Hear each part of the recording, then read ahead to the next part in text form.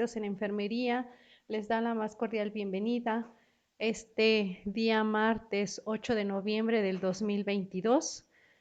a esta sesión clínica que tenemos tan importante como es los diferentes tipos de catéteres centrales y los cuidados de enfermería. Este tema es de suma importancia para todo el gremio de enfermería o para los profesionales del área de la enfermería. Si bien es cierto, en México, entre el 80 y 95% de los pacientes hospitalizados reciben tratamiento por vía intravenosa. En los Estados Unidos de Norteamérica se colocan anualmente más de 5 millones de catéteres venosos centrales y más de 200 millones de catéteres venosos periféricos. De ahí que la importancia, ¿verdad?, de abordar este tema para el área de la enfermería. ¿Por qué? Porque sí es bien cierto, la enfermería está en constante preparación, en constante actualización, precisamente para llevar los protocolos adecuados, ¿sí?, en la instalación y en los cuidados de estos catéteres. Depende mucho del personal de enfermería, ¿verdad?, que todos los pacientes que tengan estos catéteres lleguen a buen término y se vayan de alta. Sin embargo, si se complica, ¿verdad?, tendrían que estar más días en los hospitales. Esto complica definitivamente al paciente, al usuario, complica al personal de enfermería y complica también a las unidades hospitalarias o los hospitales. ¿Por qué? Porque es un incremento en los gastos, ¿verdad? Por ahí es que el Colegio Nacional de Peritos en Enfermería decidió, ¿verdad?, hacer esta sesión clínica. Y finalmente es con nuestra experta del día de hoy, ¿verdad? Déjenme les comento un poquitito su currículum.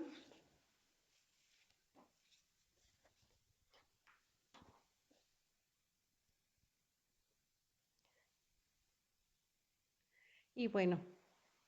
les comentaba yo, el currículum de nuestra invitada el día de hoy es enfermera especialista en salud pública de la Escuela Nacional de Enfermería y Obstetricia de la UNAM. Tiene un diplomado en atención de enfermería en terapia de infusión del INCAN, que es el Instituto Nacional de Cancerología. Fue profesor titular en los cursos de formación en terapia de infusión y prevención de infecciones. Formó parte del equipo fundador de la clínica de catéter del Instituto Nacional de Rehabilitación en el 2011 y 2019. Es vocal en el Comité de Accesos Vasculares del mismo instituto y del año 2020 a la fecha está adscrita al Servicio de Traumatología del Instituto Nacional de Rehabilitación. Realizó un magíster en el control y prevención de infecciones por la Universidad de La Haya, España. Actualmente está adscrita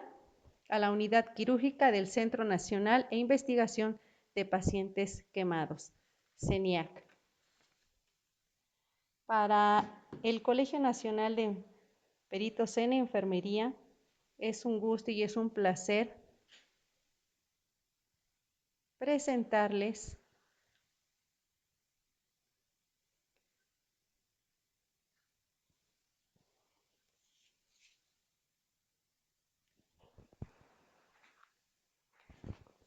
un momentito, por favor, tengo una falla técnica y ahorita continuamos. Permítanme.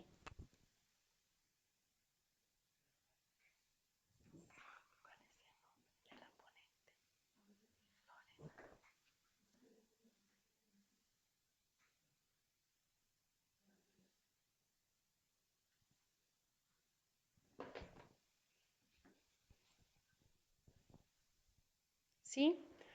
Continuamos. Les comentaba yo que para el Colegio Nacional de Peritos en Enfermería es un gusto, es un placer Presentarles a la licenciada en enfermería Lorena Berenice Vega Arriaga. Muy buenas tardes, licenciada. ¿Cómo está usted? Buenas tardes, doctora. Muy bien, muchas gracias y nuevamente es un placer poder colaborar con ustedes en este tipo de sesiones. Muy bien, licenciada Lorena. Les comentaba ahorita a todos los profesionales del área de la salud, en especial el personal de enfermería, que estos temas son de importancia, puesto que Sí, enfermería es el que está en contacto directo, ¿verdad? justamente escuchaba yo su encuadre, ¿no? Del impacto que tiene el saber el manejo de este tipo de dispositivos y pues definitivamente, como usted tiene a bien resaltar, si bien es cierto, existen profesionales de la salud que tienen contacto con ellos, pues es de mayor índole, ¿no? El contacto y el manejo por parte del personal de enfermería. Por ello, la importancia de poder nosotros identificar cuáles son aquellos cuidados que debemos nosotros de brindar a una manera oportuna a los pacientes portadores de este tipo de accesos vasculares. Claro que sí, licenciada Lorena. Pues sin más preámbulos,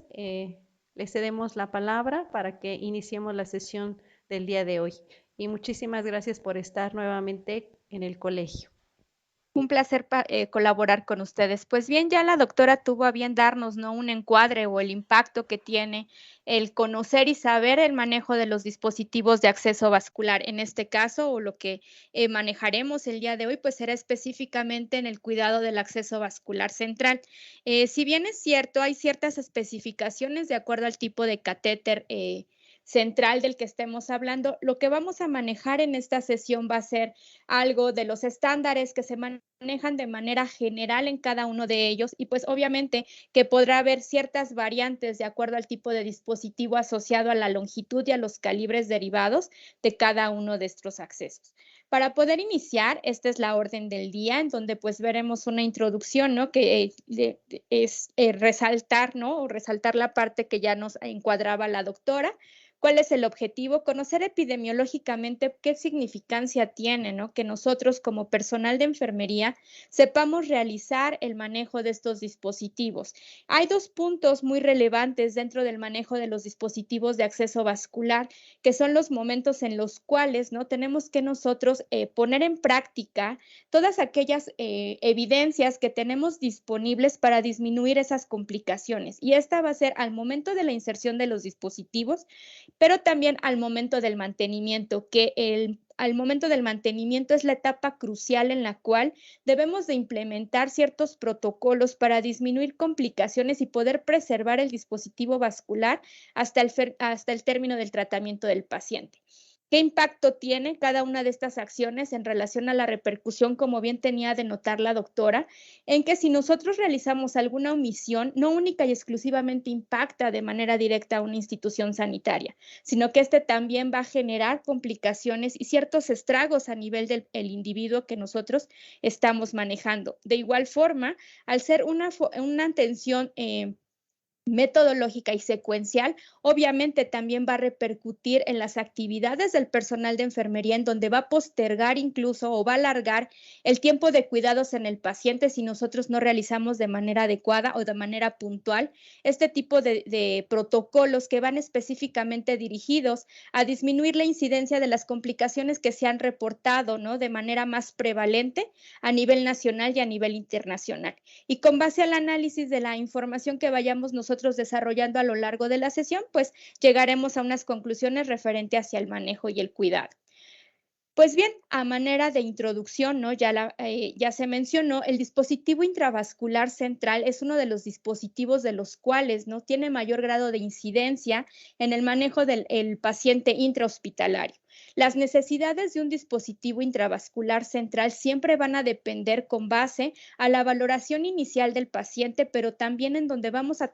tomar nosotros en consideración cuál es la proyección, si es de diagnóstico, si es un tratamiento, cuánto se prevé que sea la estancia de esos pacientes dentro de los nosocomios y sobre todo qué tan compleja va a ser la terapia de infusión a la cual va a ser sometido el tratamiento de dicho paciente. Los dispositivos intravasculares, hablándolos de manera general, tanto centrales como periféricos, son de gran beneficio para el tratamiento general de las poblaciones. Sin embargo, requiere también de personal altamente capacitado para poder disminuir las complicaciones que van a derivar desde el momento de la inserción y en su mantenimiento de dicho dispositivo. En la actualidad ha habido ya demasiadas modificaciones y actualizaciones referente al dispositivo intravascular central. Como les mencionaba anteriormente, me centraré en tratar de poder concentrar la mayor cantidad de información, ya que el detenernos de manera puntual o específica tendría que dar o da parte para una sesión, ¿no?, de cada uno de los puntos que vamos a estar manejando.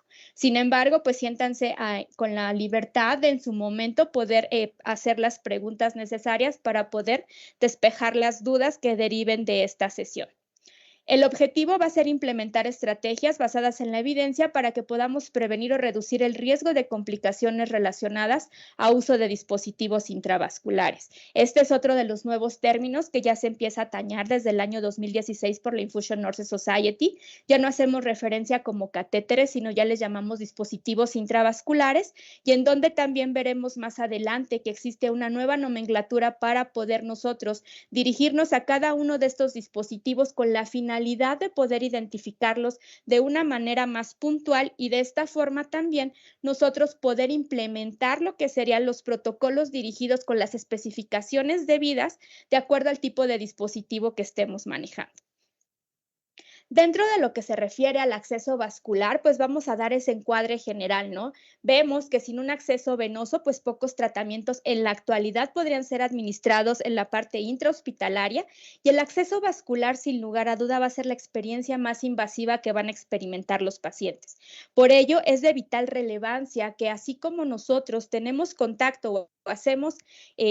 anamnesis dirigida o interrogatorio dirigido hacia el paciente sobre ciertas situaciones como lo son alergias o alguna comorbilidad, también se nos haga un hábito dentro de la valoración de enfermería poder hacer un interrogatorio directo referente hacia lo que serían dispositivos intravasculares si es que el paciente ya tuvo una experiencia previa de hospitalización. De igual manera, siempre tenemos que considerar lo que el paciente o las observaciones que el paciente pudiera emitir al momento en el cual nosotros vamos a hacer la inserción de estos dispositivos. Es importante también mencionar o recalcar que, pese a que los dispositivos de acceso vascular, hablando los de catéteres centrales de inserción central, predominan hacia la ejecución por parte del área médica, también es responsabilidad del profesional de enfermería poder despejar todas aquellas dudas referentes al tipo de dispositivo, las complicaciones que pudiesen derivar de las inserciones, y asimismo también hacer hincapié y hacer énfasis en cuáles serían los pros de que el paciente sea portador de un catéter o un dispositivo central. Dentro de ello, la satisfacción del paciente pues siempre va a estar vinculada con el acceso vascular. De aquí es de vital importancia nosotros hacer el empoderamiento de ese individuo desde el punto de vista en el cual va a ir bajo dos vertientes. La primera de ellas, en donde nosotros vamos a enseñarle, vamos a educarle cuáles son aquellos cuidados que debe de tener de su dispositivo intravascular, con el objetivo de poder disminuir la mayor cantidad de complicaciones, pero también desde el punto de vista en el cual va a ser y se va a empoderar y va a participar en el cuidado, y en el cual vamos a despejar esos miedos que regularmente no surgen en los pacientes a los cuales se les va a insertar este tipo de accesos. Es de vital relevancia que dentro de las instituciones de salud se cuente con protocolos clínicos referentes al manejo del acceso vascular, ¿no? En donde pues va a ser una guía hacia todo el resto de los profesionales de la salud que tengamos contacto con estos pacientes portadores de accesos vasculares, en donde va a ser esa guía exacta y precisa basada en evidencia para yo poder desarrollar el día a día las actividades de instalación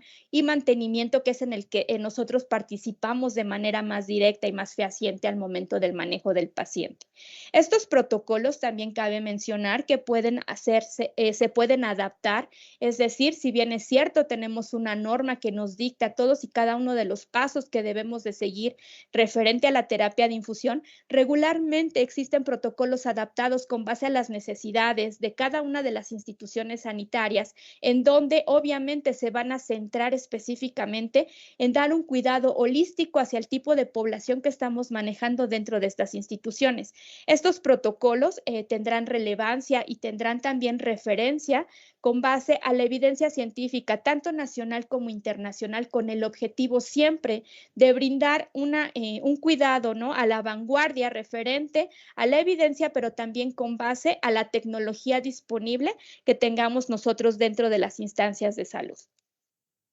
El objetivo de saber o principalmente para qué va, en dónde van a impactar los cuidados de enfermería hacia el cuidado y mantenimiento del acceso vascular, pues como le decíamos, era en reducir complicaciones que se han evidenciado a lo largo del tiempo. El primero de ellos, complicaciones infecciosas que van a ir vinculadas desde el momento de la preparación de la piel o en el momento del mantenimiento, cómo se hacen las limpiezas del sitio de inserción. De igual manera, lo que sería relevante y los nuevos protocolos de descontaminación activo-pasiva de los puertos de entrada, ¿no? Antes de poder o de hacer una conexión o desconexión de los sets de infusión o de manejo incluso de sellados o lavados de las vías intraluminales, que es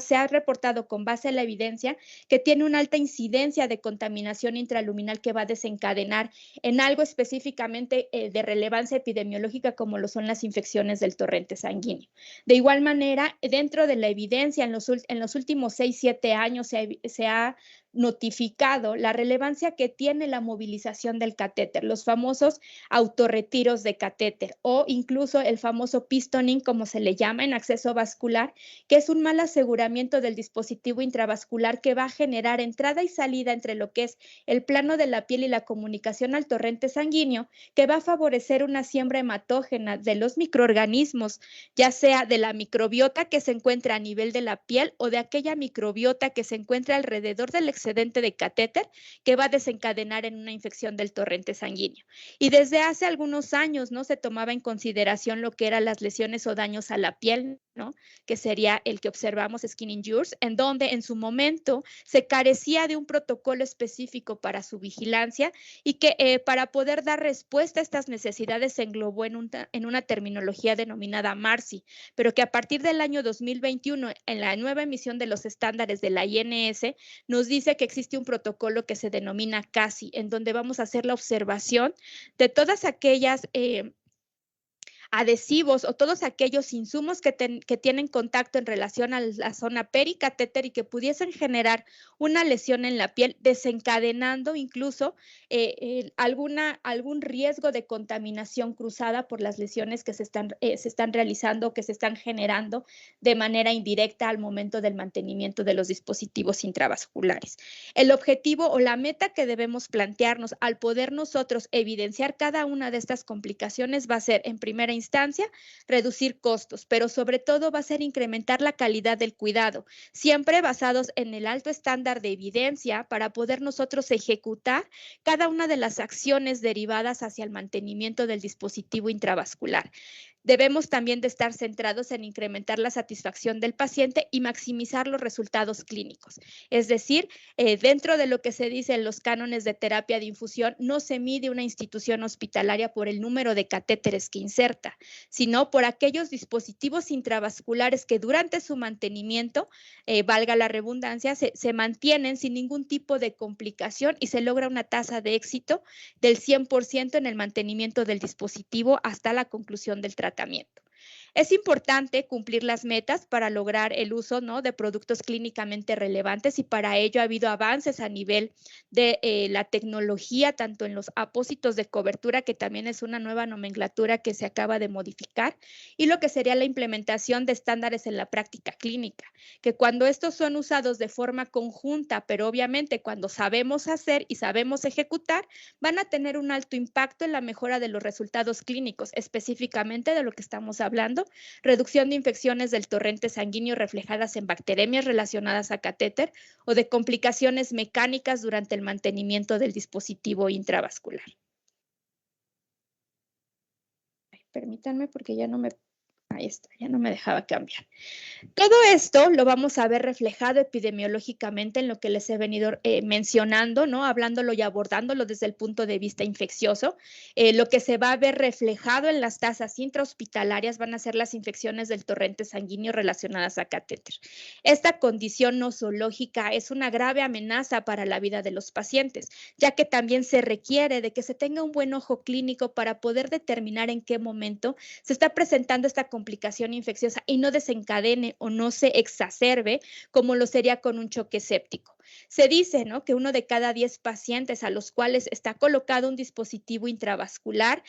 va a adquirir una infección de torrente sanguíneo relacionada a la hospitalización, ¿no? Es la famosa infección asociada a la atención en salud, y en donde también dentro de lo que serían los protocolos internacionales, específicamente hablándolo a nivel de Estados Unidos, ha tenido un alto impacto, que las aseguradoras incluso se han dado a la tarea de que si es una complicación derivada por una omisión en la atención, las aseguradoras no cubren los días de estancia ni tampoco los cuidados o los medicamentos derivados de dicha complicación, sino que tienen que ser las instancias de salud las cuales deben de absorber los gastos, ya que como ellas evidencian, es por una falta o hacia la parte de los apegos, hacia protocolos bien establecidos o buenas prácticas en relación hacia el cuidado del dispositivo intravascular. Dentro de estos pacientes o de este paciente que contrae, 1 de cada 4 pacientes que llegan a infectarse, ¿no?,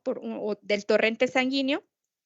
pueden desencadenarle la muerte. A lo que les decía era cuando no se identifica, no se llevan los controles microbiológicos puntuales o incluso no se puede identificar los datos iniciales de una bacteremia, esta puede evolucionar de manera acelerada hasta desencadenar un choque séptico que pudiese conllevar a la muerte a dicho paciente. De igual forma, dentro de las infecciones asociadas a la atención en la salud reportadas a nivel internacional, ocupan la segunda causa de muerte. Estas van a prolongar los días de estancia hospitalaria, ¿no? Y dependiendo qué tan grave qué tan grave sea el cuadro, pero también qué tan susceptible sea el paciente, hablándolo desde el punto de vista de inmunosupresión, pues también se va a alargar los días de estancia hospitalaria y manejo de múltiples fármacos, específicamente ampliando el esquema de antibióticos. El costo impacta de manera muy significativa, por ello es la relevancia de que se ha tomado también de formar equipos de terapia intravenosa, los cuales son los encargados de liderar esta parte de la capacitación y la actualización dentro de las instancias hospitalarias con el objetivo fijo de reducir este tipo de complicaciones en primera instancia. Hablándolo específicamente a nivel nacional, ¿no?, la Red de Vigilancia Epidemiológica ROVE por sus siglas, en el año 2015, que es el reporte de notificación pues más actual, ¿no?, que se pudiese tener, nos mencionaba que a nivel nacional, dentro de estos, la incidencia y prevalencia de lo que sería la infección del torrente sanguíneo tenía una unidad muy bien marcada o un servicio muy bien marcado, como lo son las unidades de cuidados intensivos. Dentro de estas, pues hay un subregistro, ¿no?, ya que pese a que se tiene una plataforma nacional, todavía en su momento no se contaba con una notificación específica de lo que eran las bacteremias o las infecciones del torrente sanguíneo. Es por ello que se hace de manera conjunta o se trabaja de manera conjunta con la Comisión Permanente de Enfermería para generar una plataforma en donde se haga evidencia, ¿no?, para poder implementar protocolos más específicos de cuáles son las complicaciones con mayor incidencia y prevalencia dentro de las instituciones a nivel nacional, para de ahí derivar estrategias específicas y bien dirigidas. Dentro de las tasas, ¿no?, de las principales infecciones, en el caso de México, las infecciones del torrente sanguíneo ocupan el primer lugar con un 24% de ese 100% notificado. Y les digo, ya hay subregistros porque incluso hay instituciones que no notifican a dicha plataforma. Es por eso que a partir del año 2011 se empiezan a implementar protocolos y se empiezan a emitir recomendaciones dirigidas para poder disminuir este tipo de complicación infecciosa vinculada al torrente sanguíneo. En el año 2019 surge una modificación muy significativa a nivel de terapia de infusión. El World Congress Vascular Access, WCOVA por sus siglas en inglés, hace una especificación en la tipificación en relación a los dispositivos intravasculares, que si bien es cierto, ya los teníamos identificados como dispositivos periféricos y dispositivos centrales, tiene a bien englobar cuáles son los que conforman cada uno de estos subgrupos, como les decía en su momento, para poder hacer una identificación puntual, pero sobre todo, qué cuidados específicos derivarían de acuerdo al tipo de dispositivo intravascular al cual nos estemos dirigiendo referente al manejo en el tratamiento del paciente. De manera general, podemos decir que los catéteres periféricos se van a subdividir en tres: catéter periférico corto, o lo que anteriormente o mal llamado venoclisis, en el cual pues son cánulas cortas, ¿no? Cánulas de menos de 6 centímetros, en los cuales puede que tenga o no tenga alguna extensión y que son, y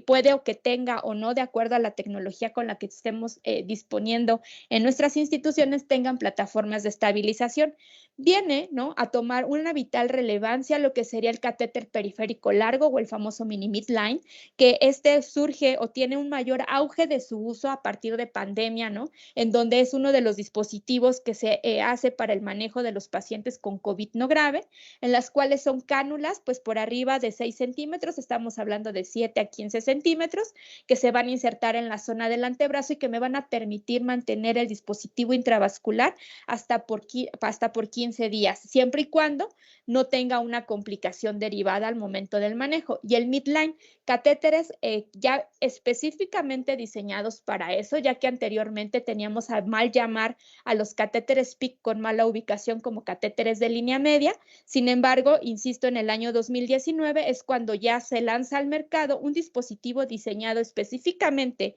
con la longitud exacta para ubicarse a nivel de la fosa axilar o la línea media clavicular, que es denominado catéter midline.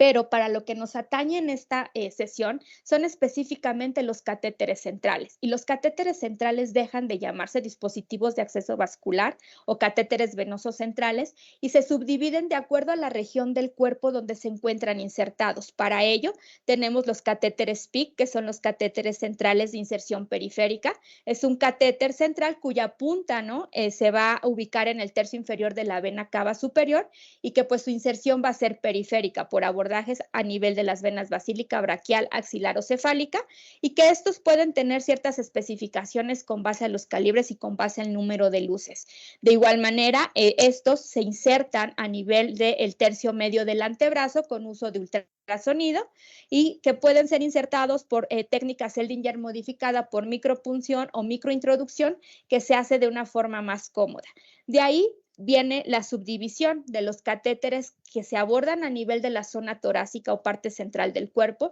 y los que se van a insertar en la parte inferior a nivel de las extremidades, hablándole específicamente a nivel de la región femoral. Entonces, los nombres que ahora sobre los cuales se denominan es catéter central de inserción central, SIC por las siglas en inglés, en donde vamos a hacer alusión a todos aquellos dispositivos que son abordados o son insertados dentro de la zona tóraco-cervical, es decir, catéteres insertados en la yugular, ya sea interna o externa, a nivel de la subclavia, a nivel de la vena innominada o de la vena axilar, y los catéteres centrales de inserción femoral, por sus siglas en inglés, catéteres FIC, cuya ubicación de la punta puede ser en la vena cava superior o en la vena cava inferior, dependiendo obviamente también del tipo de población, llámese población infantil o población adulta, y la longitud del dispositivo para saber la ubicación de la punta. Dentro de estos tipos de catéteres también quedan englobados los catéteres tunelizados, en donde no única y exclusivamente tenemos catéteres SIC, sino que también podemos tener catéteres FIC, y esta técnica de tunelización se hizo también o tuvo mayor auge y mayor digamos, prescripción en los catéteres PIC, en donde cuyo objetivo era alejar el punto de inserción del dispositivo hacia la parte de salida del mismo, para alejar y aumentar las posibilidades de poder disminuir el riesgo de una infección del torrente sanguíneo. Y los catéteres totalmente implantados, los que ya conocemos, ¿no? Los catéteres puerto o los catéteres reservorio, que anteriormente pues únicamente ubicábamos los que quedaban insertados a nivel del plano anterior del tórax. Sin embargo, dentro de las modificaciones o dentro del manejo de la tecnología y las técnicas de inserción, también existe ya en la actualidad un catéter que se llama PICC Porto, que es como su nombre lo dice, es un catéter PICC que se inserta a nivel de la zona del antebrazo y que el reservorio versus que quede en la zona del tórax, pues va a quedar en esa zona del antebrazo. Específicamente, esta nomenclatura atañada por Wokova hace alusión específicamente hacia dónde va a quedar ubicada la punta, no hace referencia única y exclusivamente como anteriormente estábamos acostumbrados a que si veíamos catéteres insertados en el brazo, creíamos que eran periféricos, o si veíamos catéteres insertados a nivel del tórax, en automático considerábamos que eran catéteres centrales, sino que tenemos que basarnos también siempre en poder verificar, ya sea por ultrasonido o por toma de placa de rayos X, en dónde se queda ubicada la punta del dispositivo intravascular.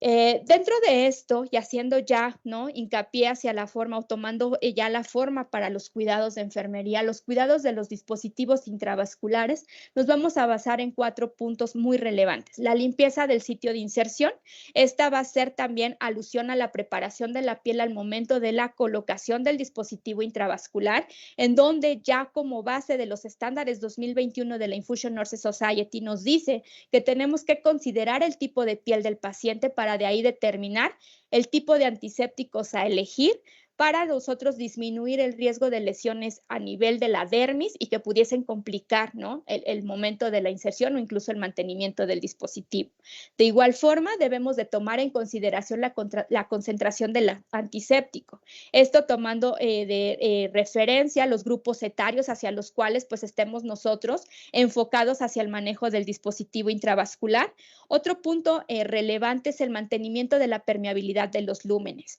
Aquí también hay modificaciones, estamos todavía quizá en algunas instituciones ya estamos dejando de lado la parte del heparinizado del dispositivo intravascular y hacemos ya más relevancia al lavado y bloqueo, ¿no?, en el antes y después de cada infusión o manejo del dispositivo intravascular, y el sellado al finalizar la administración de fármacos o alguna terapéutica específica del paciente.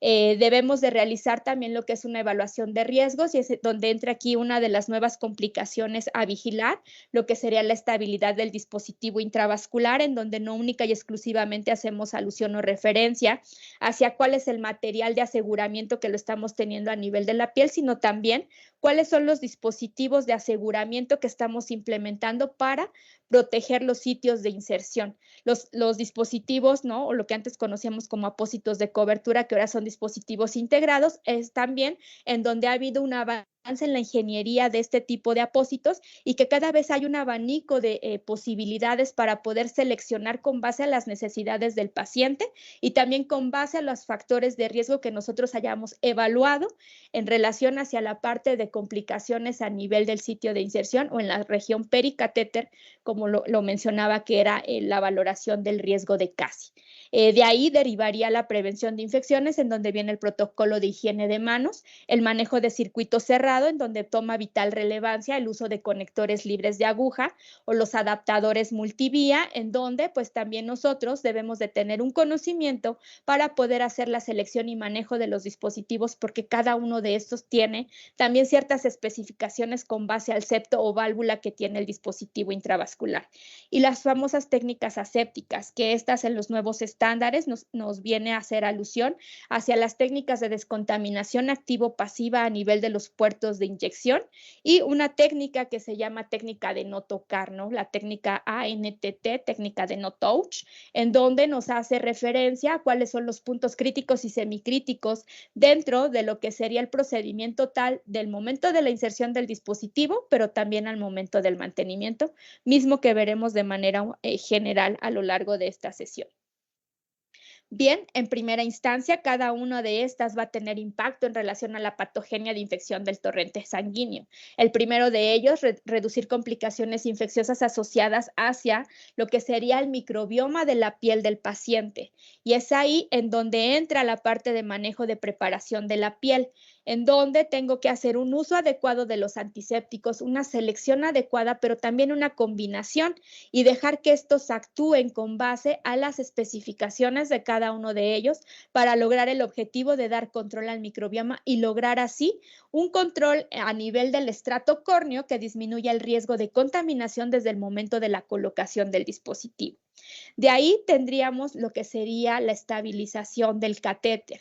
Esta es uno de los puntos que también ha tenido un gran avance a nivel internacional. Sin embargo, pues dentro a nivel nacional, pues todavía tenemos otras viejas prácticas, ¿no? Lo que sí siempre les comparto es de que busquemos que dentro de lo que estamos seleccionando sea lo menos complejo o en relación a generar la menos cantidad de lesiones posibles. A nivel internacional, desde el año 2016, la INS nos decía que ya estaba contraindicado el aseguramiento de los dispositivos intravasculares mediante el uso de suturas. En ese primer momento del año de los estándares 2016 nos decía, si no tenemos otra opción, pues la sutura de elección va a ser una sutura que sea sintética como lo es el nylon. Esto con el objetivo de que no favorezca lo que sea la adhesión de microorganismos a nivel de la piel y que con ello conlleve lo que sería una infección de los puntos de sutura. Más sin embargo, ya en los últimos estándares del año 2021 nos dice que nos apoyemos de otro tipo de dispositivos como lo son los dispositivos libres de sutura o como lo sería el famoso anclaje subcutáneo. Más sin embargo, pues esa tecnología todavía no nos llega y por ello tenemos nosotros que hacer hincapié que dentro de las prácticas, pues sí se favorezca el uso de nylon versus el uso de seda, que es lo que habitualmente los médicos no tienen como que a primera opción de elegir para hacer el aseguramiento. De igual manera, también nosotros como personal de enfermería debemos de estar al pendiente qué tanto o qué tan apretada está haciendo la sutura o qué tan laxa se está dejando, ya que una u otra van a favorecer de manera negativa la presentación de complicaciones. ¿A qué me refiero con esto? Si la sutura con la que se está asegurando el dispositivo queda laxa, va a favorecer que al momento en el que se empiece a generar el proceso de desinflamación posterior a la inserción, el catéter pueda entrar y salir, lo que les decía que se le llama el signo de pistoning, entrada y salida, en donde vamos a sembrar de manera hematógena todos aquellos microorganismos propios de la regeneración de la piel y la formación de los microclimas, se introduzcan al torrente sanguíneo y se favorezca lo que sería una bacteremia. Y si en el dado caso la sutura queda totalmente apretada o totalmente ajustada a nivel de la piel, vamos a generar isquemia. Al generar isquemia, también vamos a acelerar la migración de microorganismos que pudiese favorecer la contaminación o colonización de los puntos de sutura y derivar en un proceso infeccioso a nivel local. De ahí tenemos que dentro de lo que sería el manejo de los dispositivos intravasculares, también tenemos que considerar la parte en relación a si son catéteres impregnados o no impregnados. Este es un punto que también en su momento, ¿no? Todavía hasta hace 2 años era un punto no resuelto desde el punto de vista de los CDC, en donde nos decía que entre menos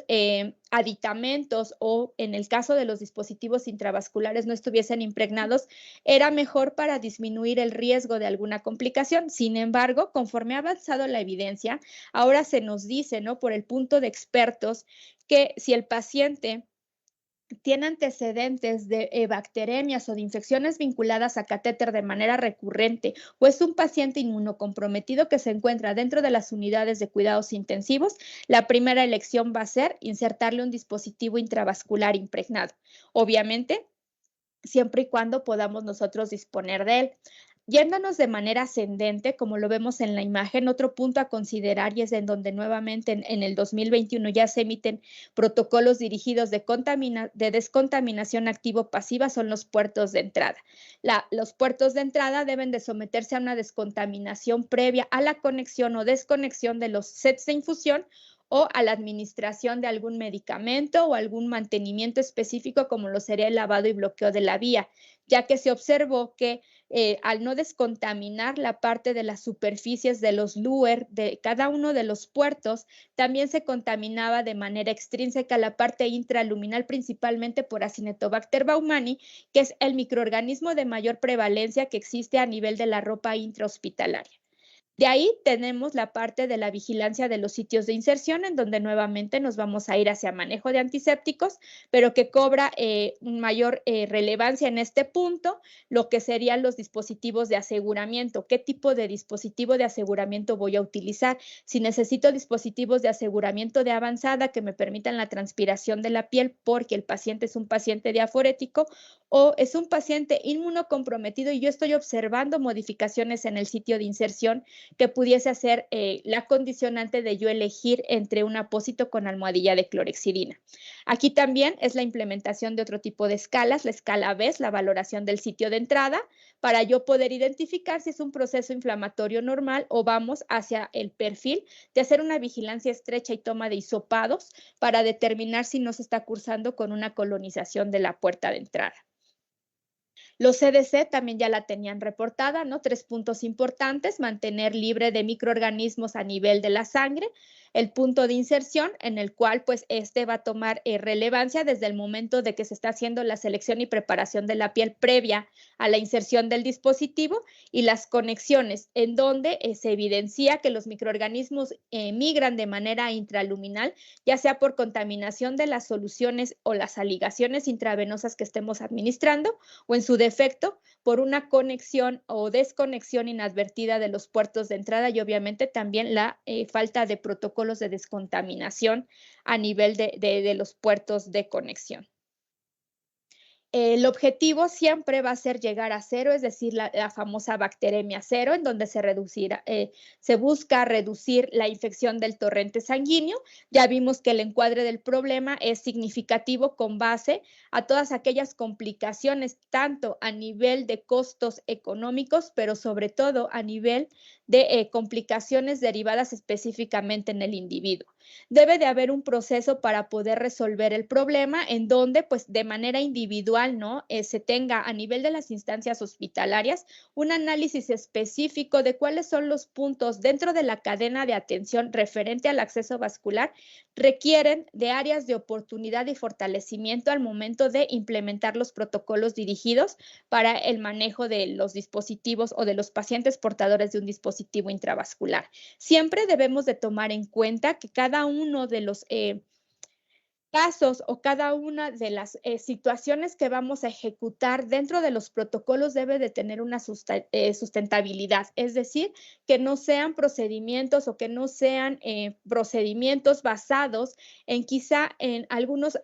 principalmente insumos que puedan ser volátiles. ¿A qué me refiero? A que no tengamos la constante en su administración o en su abasto, como lo pudiese ser a lo mejor en algún momento las toallas, ¿no? Impregnadas de alcohol, que quizá solo en algún momento no las pueda proveer el hospital, pero que pues por lo menos creo yo que al hacer la sustitución sí nos puede proveer de gasas estériles en las cuales, con base a lo que yo estoy teniendo disponible, haga mi mayor evidencia posible y soporte para disminuir el riesgo de complicaciones, y que no necesariamente se necesitan de algunos insumos, pese a que la evidencia nos diga que sí se requiere de insumos de manera individual con el objetivo de disminuir incluso contaminaciones cruzadas. Existen objetivos específicos durante el manejo y mantenimiento, como lo son reducir complicaciones clínicas y obviamente impactar en la morbilidad y en la mortalidad de los pacientes que reciben terapia intravenosa. También uno de ellos es completar exitosamente la terapia intravenosa prescrita con menos costos e insumos, es decir, el objetivo es el catéter 1 debe de ser el catéter único desde el ingreso hasta el egreso del paciente para haber brindado el tratamiento intravenoso. Debemos siempre enfocarnos en reducir las complicaciones derivadas del manejo del dispositivo intravascular y propiamente de la terapia intravenosa. Debemos de maximizar la satisfacción del paciente, y todo ello debe de impactar en la mejora de la práctica clínica en los cuidados de enfermería.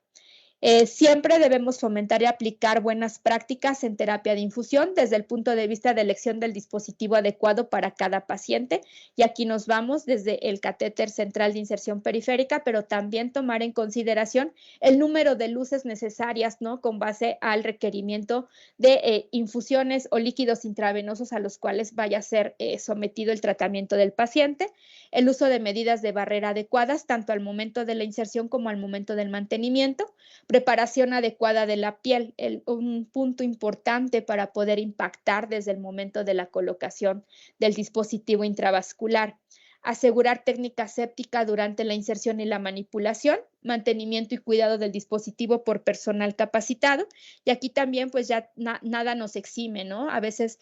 queremos como que hacer la justificación de que o quitarnos o deslindarnos de responsabilidades cuando contamos con equipos de terapia intravenosa, más sin embargo, si nos vamos específicamente a lo que nos dice la norma, dice que pues todos los que tenemos contacto con un paciente que es sometido a terapia de infusión debemos de tener conocimientos básicos o mínimos indispensables para hacer el manejo de dicho dispositivo y no generar una complicación al momento de la atención. Y el retiro de los dispositivos innecesarios, esto es hacer una valoración diaria, ¿no?, de ese paciente y nosotros considerar si todavía es necesario que se mantenga con un dispositivo, en este caso de acceso o de ubicación central, o hacer una migración hacia un catéter menos invasivo como lo sería un catéter de inserción periférica. Dentro de esto, pues vamos a definir qué es un dispositivo de acceso vascular. Tomo como tal, como lo dice la norma 022, catéter venoso central y lo define como el conducto tubular largo y suave, el cual va a estar elaborado con material biocompatible, el cual va a ser radiopaco y que se va a utilizar para infundir solución intravenosa directamente a la vena cava. Así es como nos lo define, ¿no?, la norma oficial mexicana, más sin embargo, dentro de las definiciones a nivel de las asociaciones españolas, nos dice que un dispositivo de acceso vascular central, aquí ya veamos desde en primera instancia, ¿no?, el cambio en el término, ya no le llaman catéter, ya le llaman dispositivo de acceso vascular central, y lo define como es aquel en el cual la punta del catéter se va a ubicar en el tercio inferior de la vena cava superior, en la unión cabo auricular o por encima de ella. Aquí ya hace más referencia y va más en concordancia a la nomenclatura especificada por Wokova. Existe otra definición en la cual dice que los catéteres venosos centrales son aquellos catéteres cuya punta queda alojada en la vena cava superior o inferior en la anatomía intracardíaca y que aseguran nos aseguran un gran flujo a nivel del torrente sanguíneo.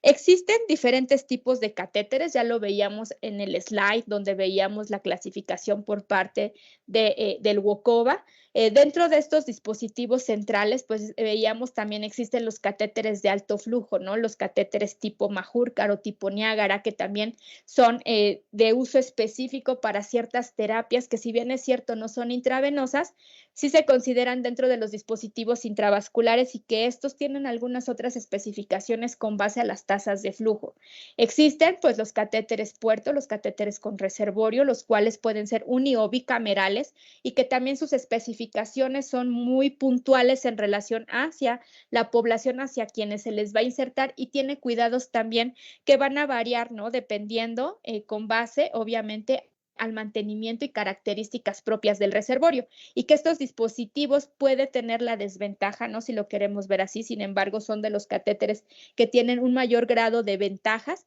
es el abordaje con agujas especiales, como lo son las agujas Hoover, en donde son las que nos van a permitir acceder al reservorio al momento de poder brindar nosotros un tratamiento intravenoso. Y los catéteres PIC o los catéteres centrales de inserción periférica, mismos que también tienen ciertas especificaciones, que hay catéteres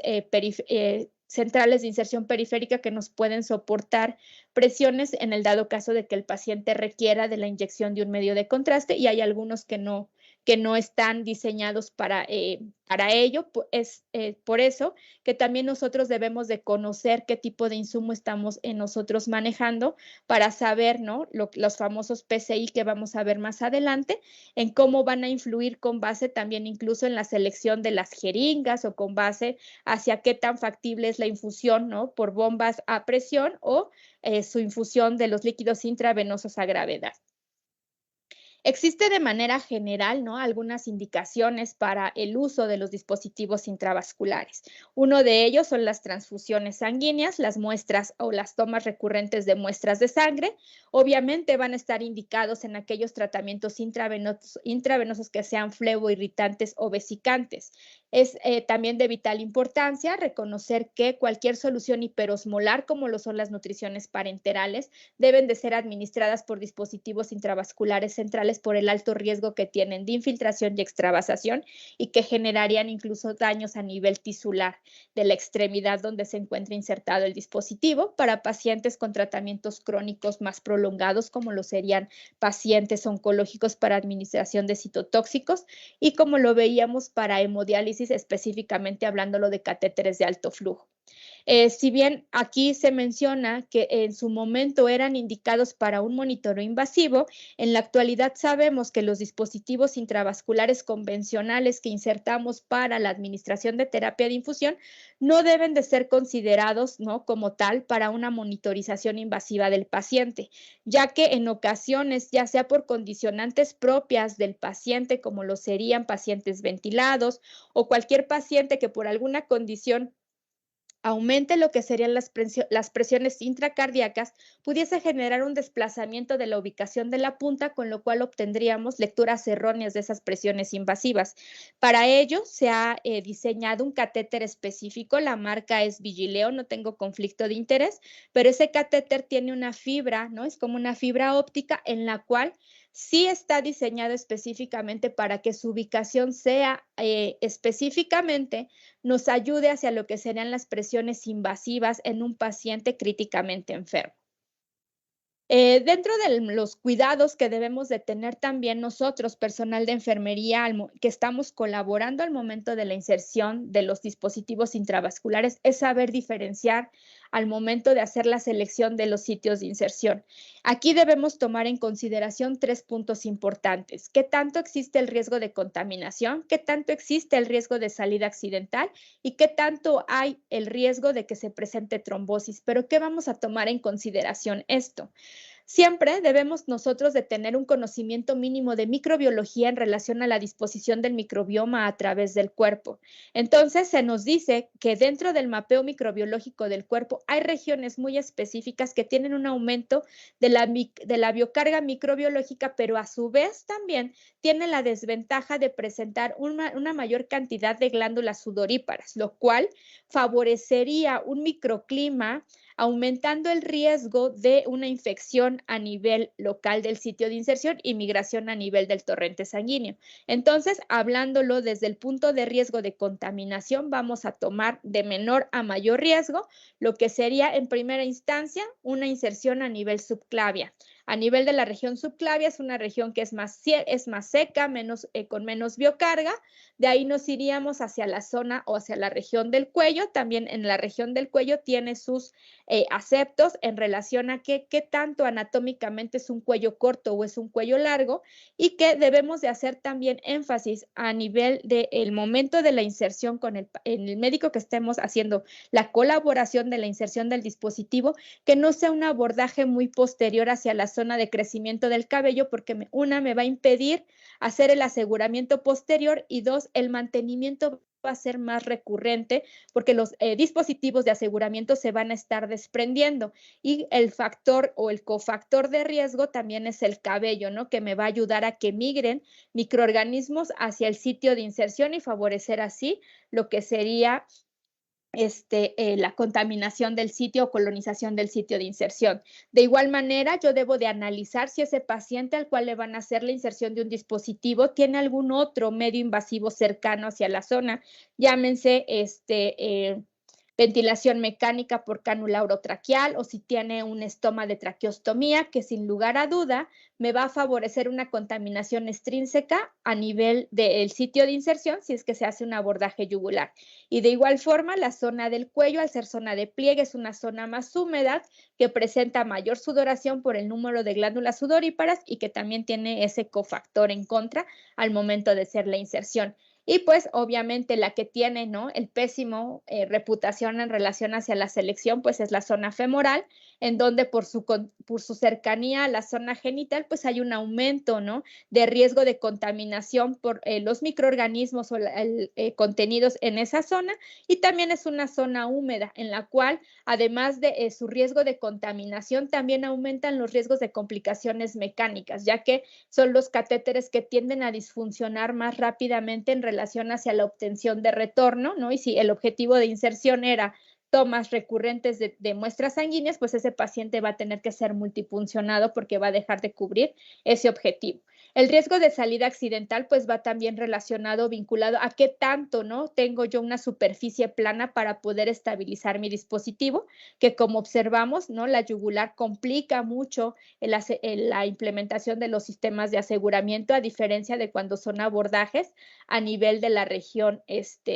subclavia. El riesgo de trombosis pues va a ir vinculado para ello la relevancia de saber yo la ubicación de la punta y poder interpretar dónde quedó colocada o dónde quedó insertado ese dispositivo a nivel del posicionamiento de punta, ya que en ocasiones puede ser que se vaya hacia lo que son vasos accesorios que sean de mayor calibre, en donde incluso en ocasiones pueda ser que el calibre del catéter obstruya más allá del 45% de la luz del vaso y eso favorezca la condicionante de trombosis. Tenemos ya propiamente los cuidados que vamos a brindar al momento de la inserción y para ello existen los famosos paquetes preventivos de medidas o los bundle cares. El bundle de inserción de dispositivo de acceso vascular central que les estoy presentando es tomado como tal del manual que se emitió por parte de la Secretaría de Salud de México, lo que es en relación hacia la prevención de infecciones asociadas a la atención en salud. Este paquete preventivo o lo que es un paquete preventivo son aquellas medidas de alto impacto y bajo costo que se deben de cumplir en un 100% para nosotros tener, ¿no? De manera significativa un impacto directo hacia el objetivo que es, en este caso, disminución de infecciones del torrente sanguíneo. Las medidas implementadas o los cuidados que debemos de tener nosotros, personal de enfermería, al momento en el cual se está realizando una inserción de dispositivo intravascular, es realizar higiene de manos, tanto para la persona que va a ejecutar el procedimiento como para las personas que se encuentren de manera de apoyo durante el procedimiento. Se debe de realizar la preparación de la piel con clorexidina. Esta preparación, pues también, o esta sugerencia de este antiséptico va con base a las características químicas que tiene, pero sobre todo hacia el impacto que hace en relación al efecto residual a nivel de la piel. Sin embargo, pues dentro de la norma 022, lo veremos más adelante, pues nos hace referencia a otro tipo de antisépticos que podemos seleccionar para poder preparar la piel. Medidas de barrera máxima. Todavía hasta el año 2016 se nos decía que dentro de los estándares y las recomendaciones era que se buscara el 80% de cobertura, ¿no? Total de la superficie del paciente para nosotros considerar que era una medida de barrera máxima, digamos, aceptable. Y entendamos también por medidas de barrera máxima el uso de campos estériles, bata estéril y guantes al momento de la colocación del dispositivo. Sin embargo, ya en las nuevas modificaciones y las nuevas recomendaciones es de que se debe de cubrir en un 100% al paciente, es decir, de pies a cabeza, para poder nosotros lograr un campo aséptico más considerable y reducir así el riesgo de contaminación cruzada al momento de la inserción de los dispositivos. El que ustedes observan aquí en la imagen es un kit de instalación, es el cual pues ya además de contener un catéter impregnado, ya trae todos los insumos necesarios para la inserción del dispositivo. Y lo que observan es una sábana que cubre al paciente de pies a cabeza con una ventana transparente que tiene un adhesivo para poderlo adherir hacia la superficie en la cual se está delimitando la preparación o la zona donde es potencialmente insertable el dispositivo, y a los laterales que no se observa tiene pequeños bolsillos para que ahí se coloque el instrumental y no se desplace o tenga contacto sobre la superficie de la cama y se pueda contaminar. Este es un equipo que tiene ya también elementos de bioseguridad, a los cuales pues trae como todo la jeringa Rullerson para prevenir complicaciones como lo sería un embolismo aéreo al momento de la inserción del dispositivo, y lo que serían protectores a nivel de las salidas de las agujas para disminuir el riesgo de punciones, ¿no? Al momento de la inserción. Lo que sí tendríamos que añadir aquí, pues, serían los antisépticos, porque pues son con los cuales no cuenta el kit de inserción. De igual forma, con base a lo que veíamos en la diapositiva anterior, se sugiere que dentro de los sitios de inserción, la primera elección sea una inserción subclavia, ya lo veíamos, ya que tiene varias ventajas, tanto para el aseguramiento como a nivel de reducción de complicaciones microbiológicas al momento de la colocación del dispositivo. Todos estos paquetes están basados en la evidencia con base a lo que nos dicen las guías de prevención de infecciones de catéteres intravasculares emitidos por el CDC en el año 2011, que es cuando se toma mayor auge en relación a la implementación de protocolos específicos del manejo de los dispositivos intravasculares y que lo conocemos como el famoso protocolo de bacteremia cero. Sin embargo, bacteremia cero también ya tuvo algunas actualizaciones, ¿no? No me voy a detener en ellas porque son algunas sí tenemos que manejarlas de manera puntual, pero que si nosotros observamos son estos 6 puntos, 5 puntos específicos que veíamos, que deriva obviamente para el resto de los protocolos a nivel internacional. Higiene de manos, barrera estéril máxima, asepsia cutánea con el gluconato de clorhexidina, la inserción subclavia, y aquí lo que se añade es quitar líneas de catéteres innecesarias, es decir, hacer la vigilancia continua para poder valorar si ese paciente aún requiere un dispositivo vascular central o podemos hacer la transición hacia otro tipo de dispositivos. El protocolo Bacteremia Cero emitido por la Secretaría de Salud a nivel nacional tiene los mismos puntos que estamos viendo aquí emitidos por el Ministerio de Salud español, que son la higiene de manos, desinfección de la piel, medidas de barrera máxima, la localización subclavia, retirar los catéteres no necesarios y mantenimiento higiénico. Sin embargo, en el protocolo de bacteremia cero nacional, dentro de lo que es la higiene adecuada de manos y antes de la desinfección de la piel con clorhexidina, se dice que se haga vigilancia de la calidad del agua. Entonces, eso es a lo que yo me refería. Cada una de las naciones o cada uno de los países que implementa los protocolos que emite la Organización Mundial de la Salud deben de ser adaptados con base a sus necesidades epidemiológicas. Y desafortunadamente México, al ser un país en el cual no se garantiza la calidad del agua, dentro del protocolo debo yo de dejar plasmado cuáles son las acciones que se deben de ejecutar para poder garantizar, al realizarlas todas en un 100%, un impacto significativo en la reducción de la contaminación del torrente sanguíneo. El uso de antisépticos. Es vital que yo conozca cuáles son los mecanismos de acción de los antisépticos. Si yo no conozco el mecanismo de acción de los antisépticos, única y exclusivamente los voy a estar aplicando porque así lo dice mi protocolo o porque así lo dice la norma. Sin embargo, vamos a ver de manera general cuáles son los mecanismos de acción. En primera instancia tenemos el alcohol isopropílico, el cual va a generar una desnaturalización de las proteínas celulares, va a favorecer una disolución de los lípidos de las células, pero que al contener cierta cantidad de agua, al hacerlo isopropílico, porque no es una concentración al 100%, va a generar lo que sería una presión oncótica a nivel de la pared de proteínas del microorganismo para generar una sensibilización, es decir, hay que imaginarnos como si fuera, por ejemplo, una pared de ladrillos a la cual le hacemos presión, se van a sensibilizar, se van a abrir canales y esos canales van a permitir que al momento de implementar o nosotros colocar otro antiséptico, este penetre a capas más profundas en la estructura celular de ese microorganismo. En el caso de la iodopovidona, esta va a penetrar a nivel de la membrana celular, va a oxidar el contenido celular y va a afectar lo que sería la síntesis de proteínas celulares, llevándolo a la muerte celular.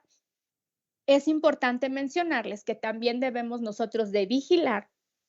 la calidad del tipo de iodopovidona que nos están a nosotros administrando dentro de nuestras instancias de salud, ya que existe, ¿no?, por parte de la doctora Patricia Volkov del Instituto Nacional de Cancerología, en donde nos dice que tenemos que vigilar cuáles son las partículas de yodo libre que me está dando la iodopovidona para que con base en eso yo la considere si es un antiséptico efectivo o única y exclusivamente es más una combinación de agua que estoy colocando al momento de la preparación de la piel y que no va a tener ninguna significancia para la reducción del microbioma. Y la clorhexidina, que es el gold estándar de selección en el tipo de antisépticos, ya que esta va a destruir la membrana celular, va a precipitar el contenido celular, pero a su vez me va a generar un efecto residual con lo cual puedo yo postergar o si, por situaciones, ¿no? Ya sea de habilidad de quien está ejecutando o condiciones del paciente, se prolonga la inserción del dispositivo, puedo tener yo la seguridad que esa piel se mantiene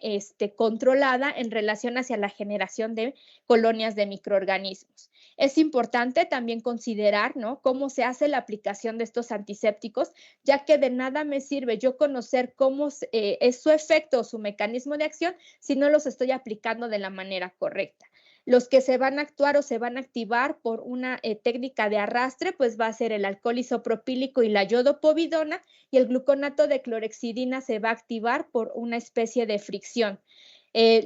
Los métodos de aplicación es mediante técnica diana, lo que anteriormente nos decían o se conocía del centro a la periferia, es el término correcto, es técnica diana, en donde vamos a implementar o su modo de aplicación es para la iodopovidona y para el alcohol isopropílico, y en el caso de lo que sería la clorhexidina se aplica con la técnica de back and forth, es decir, de adelante hacia atrás, de izquierda a derecha, friccionando, y esto haciendo alusión hacia la condicionante histológica de donde estamos nosotros trabajando, que sería específicamente el estrato córneo, el cual es irregular, y el objetivo pues va a ser penetrar en cada uno de esos estratos para poder nosotros lograr el objetivo de una adecuada preparación de la piel.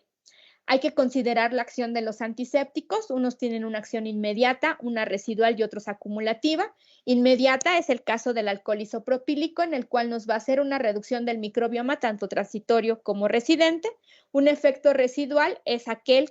antiséptico que me va a ayudar a mantener la carga bacteriana con niveles bajos con una simple aplicación. Aquí entraría el efecto residual tanto para la iodopovidona como para la clorhexidina. La iodopovidona, ¿no?, específicamente hablándola de aquella que tiene las partículas de yodo libre y que con base a las fichas técnicas, el único antiséptico que me da esa calidad, ¿no?, de yodo libre es como tal la marca Isodine, que me da un efecto residual de hasta 2 horas si yo lo sé aplicar de manera correcta.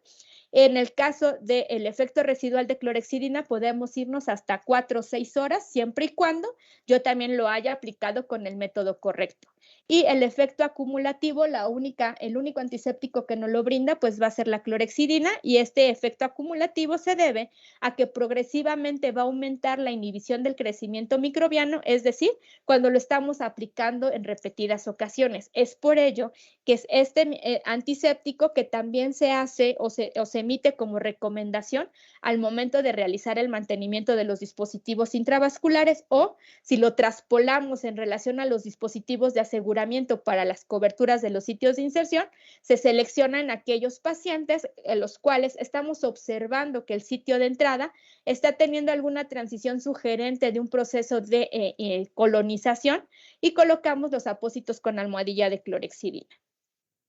Las recomendaciones generales por la norma 022 de preparación de la piel, tanto al momento de la inserción como el mantenimiento, ya les decía, clorhexidina al 2 o al 0.5%, dependiendo del grupo etario que estemos manejando. En pacientes neonatales, en ocasiones se hace la omisión, mas sin embargo ha habido colegas que han externado que han utilizado la clorhexidina y que no les ha generado ningún trastorno, ninguna alteración a los pacientes neonatos. El alcohol isopropílico ya lo veíamos al 70%, y la iodopovidona debe de tener una concentración al 10%,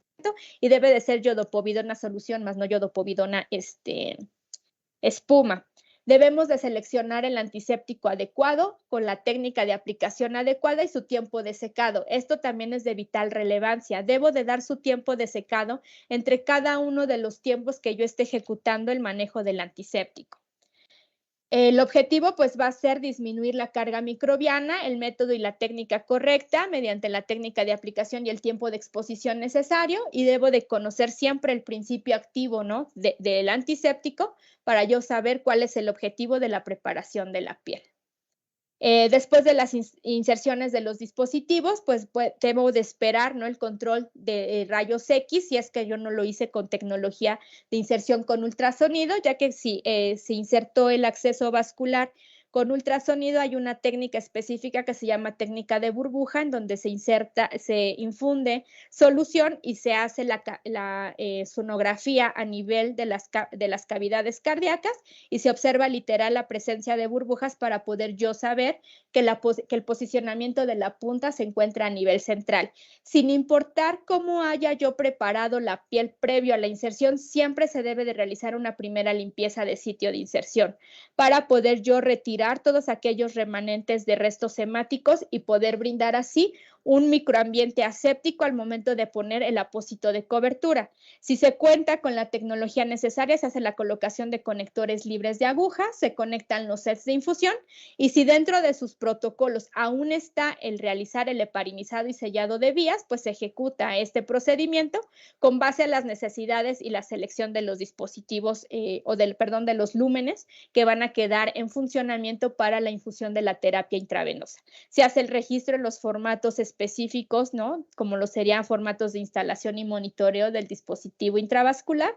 Esta es una tabla tomada del blog de Vigón, en donde pues más o menos nos hace alusión, ¿no? De un cálculo significativo a cuántos centímetros tendría que quedar insertado un dispositivo intravascular en un paciente de acuerdo a la estatura, para poder nosotros más o menos calcular previo hacia la toma de las placas de rayos X, si es que podemos nosotros inferir si quedó o no quedó en una ubicación central. Dentro de la vigilancia y mantenimiento, pues vamos a tener el paquete preventivo de mantenimiento, en donde nuevamente viene la higiene estricta de manos antes de manipular el dispositivo de acceso vascular.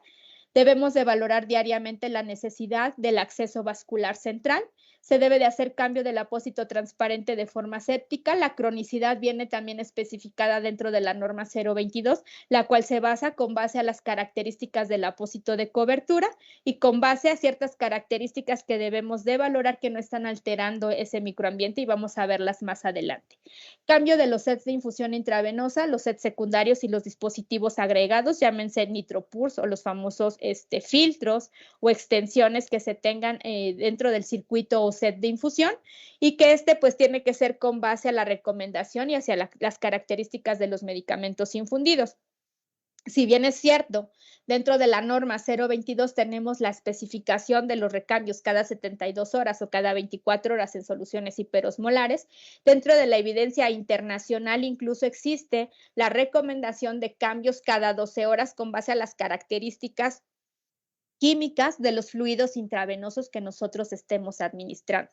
Y este es uno de los nuevos puntos, ¿no? De los protocolos que se implementan, que es la desinfección de todos los puertos de acceso con el desinfectante y por un tiempo adecuado para lograr la descontaminación del punto de acceso al momento de la conexión o desconexión de los sets de infusión o manejos de bolos de medicación. El mantenimiento del catéter venoso central requiere de una revisión cotidiana para verificar el estado del catéter, no única y exclusivamente desde el enfoque de control de infecciones, sino también desde la base y el punto de vista del funcionamiento del dispositivo. Aquí valorar el retiro de vías innecesarias o en el dado caso, ¿no? Pacientes que se encuentran en una unidad de cuidados intensivos que quizá en un primer momento requería de una infusión por los múltiples lúmenes, quizá ya con base a lo que estamos nosotros observando en la vigilancia diaria, requiere el sellado de alguna de las vías y podamos centrar el manejo de la terapia de infusión por una o dos vías dependiendo de las necesidades y sobre todo características químicas de los fármacos para disminuir el riesgo de complicaciones como lo serían oclusiones químicas por la formación de cristales al momento de la interacción de estos medicamentos. Realizar técnica séptica en el cambio de los puertos de conexión. Aquí vienen los protocolos de contaminación y descontaminación, pero también entra dentro de lo que sería la preparación de sets de infusión, la técnica de no tocar. Realizar cambio del sistema de infusión cada 72 horas, que es lo que nos recomienda la norma 022, y realizar la antisepsia del sitio de inserción cada 7 días con técnica estéril, siempre y cuando se vea visible el sitio de inserción o que éste se encuentre limpio, ¿no? Que no se encuentre húmedo, que no se encuentre desprendido. Y obviamente hay excepciones en relación a la cronicidad de cambio, ¿no? Si estamos colocando una gasa o un apósito oclusivo que no me permita vigilar el sitio de inserción, la norma 022 me dice que tengo que realizar su recambio a las 72 horas. pero ¿qué debo de observar para yo poder valorar si requiere o no el paciente que le realice una limpieza del sitio de inserción? En primera instancia, ese apósito de aseguramiento se debe de encontrar limpio, debe de estar seco, debe de estar bien adherido. Si cumple con estas tres características, voy a realizarlo cada 7 días.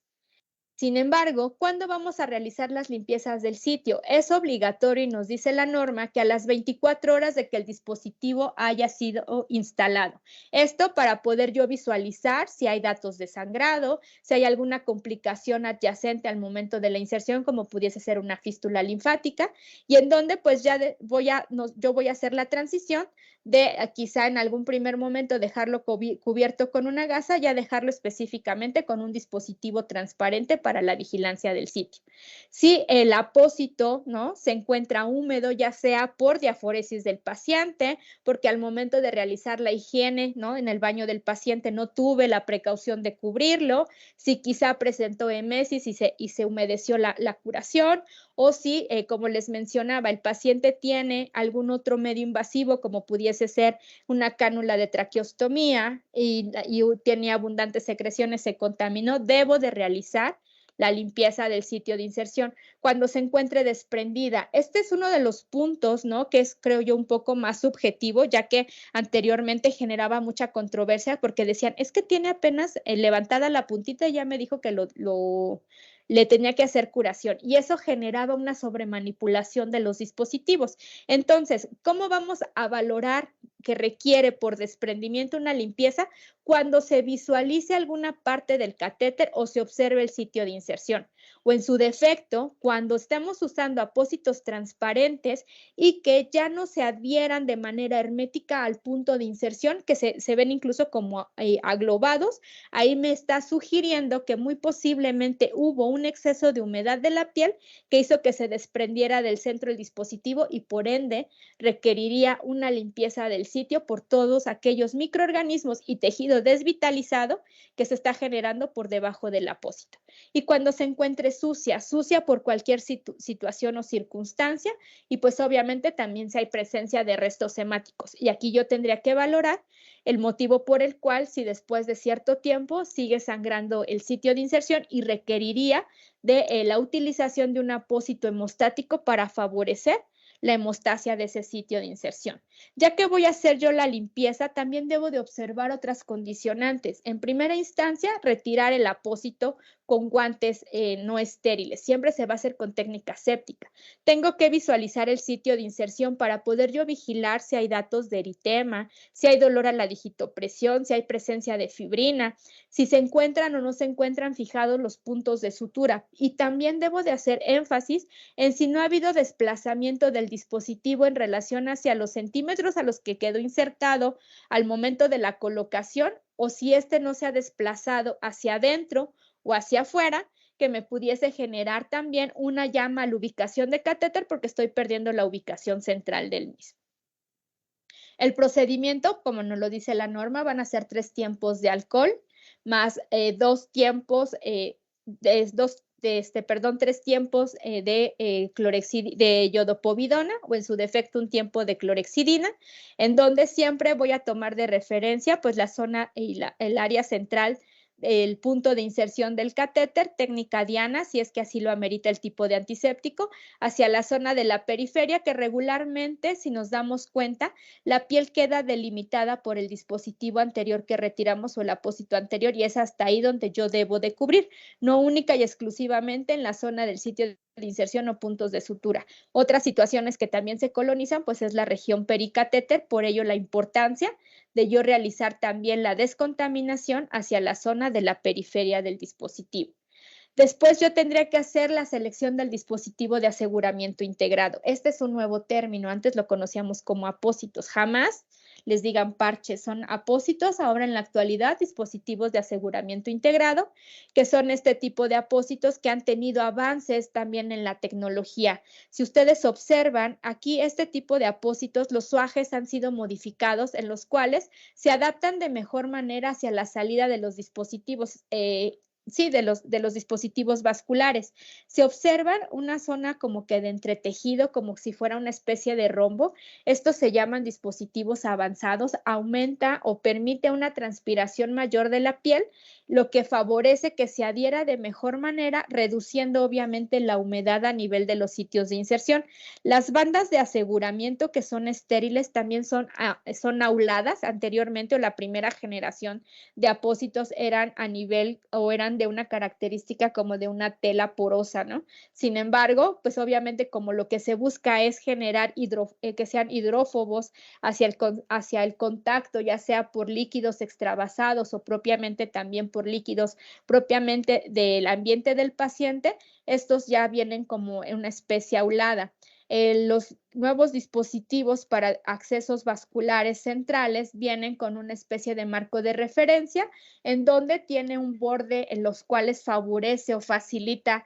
la manipulación del dispositivo para no tener contacto con el adhesivo que automáticamente se consideraría contaminado por las partículas de talco, y con lo cual pues me permite, ¿no?, poder posicionarlo de una mejor forma para darle cobertura al sitio de inserción y posteriormente el suaje, acomodarlo hacia el caudal del dispositivo intravascular y poder asegurarlo. En el caso de este tipo de dispositivo que estamos viendo en esta parte, tiene una segunda parte, el apósito, que se coloca en contraposición para favorecer un ambiente más cerrado y mejor estabilización tanto del dispositivo vascular como del dispositivo de aseguramiento, y así favorecer a que este no se desprenda con facilidad. Es importante también que dentro de los cuidados al momento de la higiene del paciente nosotros protejamos los dispositivos intravasculares. Puede ser que se hagan de manera artesanal, ¿no?, como se observa en la imagen, que es mediante el uso de plásticos o playo específicamente para proteger la zona, o ya en la actualidad hay unos dispositivos diseñados específicamente para la cobertura de los accesos vasculares, que es muy similar como a las bolsas de colostomía. Sinceramente tienen un costo por el momento muy elevado. Sin embargo, pues nosotros tenemos que ver qué podemos adaptar para poder brindar este cuidado al paciente, y el objetivo pues va a ser disminuir el contacto con el agua corriente que pudiese humedecer el apósito o el sistema de aseguramiento, y que favorezca incluso la translocación bacteriana por la introducción a nivel del sitio de inserción y por ende aumentar el riesgo de contaminación del torrente sanguíneo. Existen cuidados específicos derivados de la terapia de infusión a los pacientes portadores de terapia intravenosa. Uno de ellos, pues dentro de las recomendaciones generales, es la irrigación o enjuague y la descontaminación de las vías, la desinfección de los puertos de conexión, como lo vamos a ver ahorita, métodos de descontaminación activo-pasiva, la irrigación de los lúmenes antes y después de la administración de medicamentos, la irrigación de los lúmenes antes de la administración de hemoderivados y hemocomponentes o incluso después de la toma de muestras, el uso de parinizado de los lúmenes en desuso de más de 24 horas, que este es un punto también a definir, porque ya dentro de las recomendaciones internacionales ya no se nos hace, ya no hay evidencia, ¿no?, de soporte para el manejo de heparinizado, sino nada más es el lavado y el bloqueo mediante solución salina, y la famosa técnica SAS y técnica SASH, que todavía hace unos 2-3 años era como que de gran manejo a nivel de las instancias hospitalarias, mas sin embargo, insisto, con la restricción del uso de heparina y la evidencia que esta ha tenido con base al impacto que hay a nivel clínico del paciente, pues también en algunas instituciones ya está en desuso. Sin embargo, pues hablaremos de ellas si es que todavía ustedes tienen, ¿no?, a ejecutar este tipo de procedimientos. La técnica SASH es un algoritmo, ¿no?, como tal, o un acrónimo, en donde nos dice que, o hace alusión a la solución, en donde se hace la irrigación de la vía con 1 mililitro de solución fisiológica al 0.9%. Posteriormente hacemos una aspiración para extraer una primer muestra, ¿no?, aproximadamente 2 mililitros de sangre en paciente adulto, y se toma la cantidad necesaria para las muestras sanguíneas. La solución con la que vamos a irrigar la vía, 5 mililitros de solución fisiológica, y posteriormente se pariniza, ¿no?, con la dilución universal, que es 1 mililitro de heparina de 1000 aforada a 10, y de ahí vamos a pasar únicamente 1 mililitro porque buscamos dejar el sello en la parte intraluminal. Sin embargo, dentro de la experiencia que tengo. Y como me enseñaron mis maestros, antes de irrigar la solución, más cuando estamos trabajando sobre lúmenes que están en infusión de medicación, para evitar mandar un bolo de esa solución o en su defecto, y peor aún, si estoy trabajando sobre un lumen sellado con heparina, evitar que cada vez que yo manipule, mande la cantidad de heparina en la intraluminal, lo primero que tengo que hacer es aspirar. Si yo al aspirar no obtengo retorno, entonces sí voy a irrigar para permeabilizar la vía. Pero lo que tendríamos que realizar en primera instancia sería aspirar en vez de irrigar, por lo que les mencionaba anteriormente. Uno, evitar enviar bolos de medicación, ¿no?, hacia la parte del torrente sanguíneo, y en el caso de heparina, si son pacientes que se les está tomando muestras recurrentes, se vio que se genera un alto impacto a nivel de la cascada de la coagulación. Y así se vería la técnica SAS: solución, aspiración, solución y el heparinizado. El heparinizado se hace con técnica de presión positiva o negativa, dependiendo las características del conector libre de aguja que estemos manejando, y que también pues el heparinizado pues va a ser sobre las vías que se van a quedar ya en desuso, es decir, que ya no voy a colocar yo ningún set de infusión, ya que no tendría significancia, digamos, de manera positiva el yo colocar heparina sobre una vía que va a quedar en infusión, porque la dosis de heparina que esté colocando se va a enviar al torrente sanguíneo. El heparinizado y el sellado de lúmenes, como les decía, es mediante la implementación del protocolo o dilución universal. Sin embargo, cuando se hizo hincapié hacia la parte de que la heparina es un medicamento controlado por el impacto que tiene en el paciente, muchos de los protocolos a nivel institucionales empezaron a hacer modificaciones para empezar a hacer lo que quizá mal llamado, podamos nombrarlo como una destitulación de la heparina. Es decir, era reducir las dosis de heparina, en donde en el caso de manera personal de la institución donde laboro, se hizo lo que sería 0.5 mililitros de heparina aforados a 5 mililitros, perdón, de solución. En ese momento era agua inyectable, sin embargo sabemos que el agua inyectable también ya está contraindicada para manejo intraluminal. Es con solución fisiológica y se infundía de 2 a 3 mililitros. Se colocaba una gasa de identificación en donde se ponía la leyenda de heparinizado, la fecha y la persona que había ejecutado, para que con base a la fecha se empezara a contabilizar el tiempo en el cual se tendría que realizar el nuevo reemplazo de ese sello, si es que no se había manejado el lumen o no se había utilizado el lumen para alguna infusión continua. Continuamos con protocolo de heparinizado, hay momentos específicos en los cuales se nos indicaba el uso de la heparina, era cada 7 días en aquellos lúmenes que habían estado en desuso, es decir, que nunca los habíamos abierto o manipulado, ya sea para una toma de muestras o para la infusión de los sets para tratamiento intravenoso. Si en el dado caso había presencia de retorno en lúmenes sellados, aquí la imagen está errónea porque es un lumen en infusión. Si el lumen que estaba sellado presentaba retorno, de manera imperante se tenía que realizar el heparinizado para disminuir el riesgo de una obstrucción hemática. En el caso de si se suspendían soluciones, se verificaba nuevamente qué tipo de medicamento, qué tipo de infusión se estaba suspendiendo por esa vía. Insisto, en primera instancia se hacía lo que era el aspirado para poder extraer lo que se encontraba en la intraluminal y disminuir el riesgo de mandar un bolo de medicación. Y también aquí, aunque dice que resistencia en el lumen, es una de las indicaciones sobre las cuales jamás se va a colocar heparina, y es una de las prácticas más habituales o más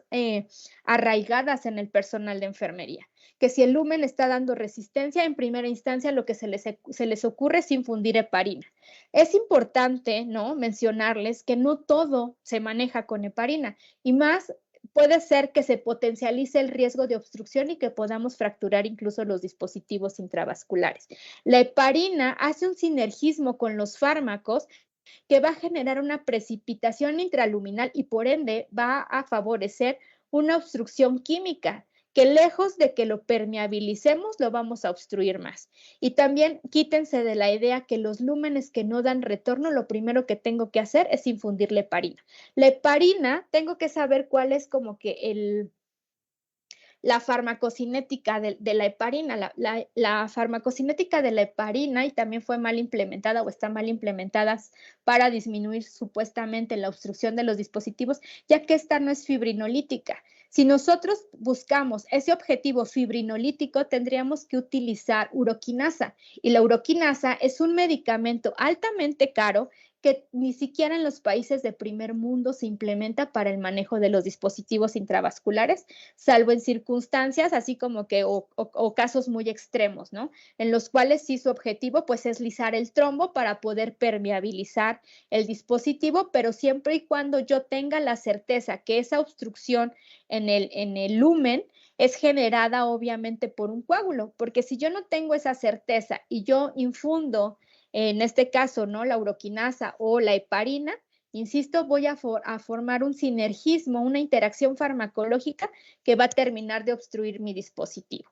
Y la técnica SAS, ¿no? Yo creo que no la coloqué aquí. La técnica SAS es exactamente lo mismo, únicamente haciendo omisión de la heparinización. Me quedo hacia la etapa de solución, que es cuando estoy enjuagando la vía, con técnica push stop o técnica de turbulencia para ayudar a que se enjuague bien la parte intraluminal y haría la conexión del set de infusión. Sin embargo, dentro de los estándares de la INS viene el protocolo de lavado y bloqueo. El lavado y bloqueo, pues ya hace referencia, obviamente, al no uso de heparina y única y exclusivamente nos vamos a basar en el uso de solución fisiológica. El protocolo de enjuague va a ser para evitar que se obstruya mi dispositivo intravascular y poder mantener las tasas de flujo internas de una manera constante, es decir, que no disminuya la luz intraluminal de los puertos de entrada de mi dispositivo que pudiese incluso generar una obstrucción total y la indicación del reemplazo del dispositivo. Las normas de lavado pues van a ir basadas, como lo decíamos, siempre que queramos nosotros hacer el manejo del dispositivo intravascular previa a la administración y posterior a la administración de fármacos y manejo también de hemoderivados, y en donde se nos hace referencia que debe de ser con solución salina al 0.9%. La solución y la frecuencia de lavado pues debe de estar siempre establecerse dentro de las políticas y procedimientos institucionales y con base a la conformidad del uso y a instrucciones indicadas en el etiquetado del fabricante. Y esto hace alusión o referencia a que ya existen, ¿no?, jeringas prellenadas específicas para el manejo de lavado y bloqueo. Se debe de hacer con el volumen mínimo de solución de lavado y este debe de ser 2 veces la cantidad necesaria con base a los volúmenes de cebado. Es decir, también en esto existe un lavado directo y un lavado indirecto. El lavado indirecto es cada vez que yo ocupo el equipo de volúmenes medidos para la administración de algún medicamento, tengo la obligación de enjuagar ese equipo, pero yo debo de saber con cuánto se purga tanto el set de infusión, pero también con cuántos mililitros se purgan los accesorios y propiamente el dispositivo. Estamos hablando aproximadamente que mínimamente entre cada lavado y enjuague necesito 30 mililitros para yo lavar de manera efectiva. Y lavado directo es lo que veíamos anteriormente. Si estoy manipulando la vía para toma de muestras, administración de bolos de medicamento, debo de enjuagar directamente mínimamente con 5 mililitros de solución si es que estoy administrando fármacos y posteriormente a la administración de hemoderivados aproximadamente con 20 mililitros directos para evitar adhesiones en la intraluminal y que me disminuyan, ¿no?, la tasa de flujo a nivel interno del catéter. Siempre se debe de realizar para garantizar y mantener la permeabilidad de un catéter vascular, ya sea periférico central, y debe de hacer ese lavado con cloruro de sodio, como les mencionaba. El lavado con una solución de heparina para garantizar y mantener la permeabilidad de un dispositivo vascular central deberá ser utilizado a intervalos establecidos si es que todavía está dentro de los protocolos que ustedes manejan y se debe de especificar la cantidad o la dosis de heparina a manejar. El nivel de concentración de heparina no debe de producir una anticoagulación sistémica, por ello la importancia de yo saber cuántos son los mililitros del volumen de cebado total del catéter, de lo que sería del lumen hacia la punta para evitar que esa cantidad o esa dilución de heparina toque el torrente sanguíneo. Debemos de tener cuidado en relación hacia la parte de los cambios de circuitos de infusión, la fecha de equipos. Es importante también que soluciones de bajo volumen, como dice la norma, deben de ser membretados y rotulados con etiquetas diseñadas para ello, jamás sobre las bolsas, ya que esta se consideraría una contaminación de soluciones y tendrían que realizar el cambio completo tanto de la solución como del set de infusión. Debemos de mantener los circuitos cerrados y esto se los pongo porque estos no son circuitos cerrados. Pese a lo que nos han enseñado y nos dicen que las llaves de 3 vías son un circuito cerrado, dentro de lo que nos dicen los estándares de terapia de infusión, un circuito cerrado única y exclusivamente se va a considerar aquel que se genera mediante el uso de conectores libres de aguja o de extensiones multivía con conectores libres de aguja que me van a ayudar a hacer un cierre en la zona intraluminal, como lo veremos un poquito más adelante. Voy a apurarme porque ya estoy sobre tiempo, y evitar las conexiones en Y, ¿no? Lo que sería la conexión de agujas sobre los puertos,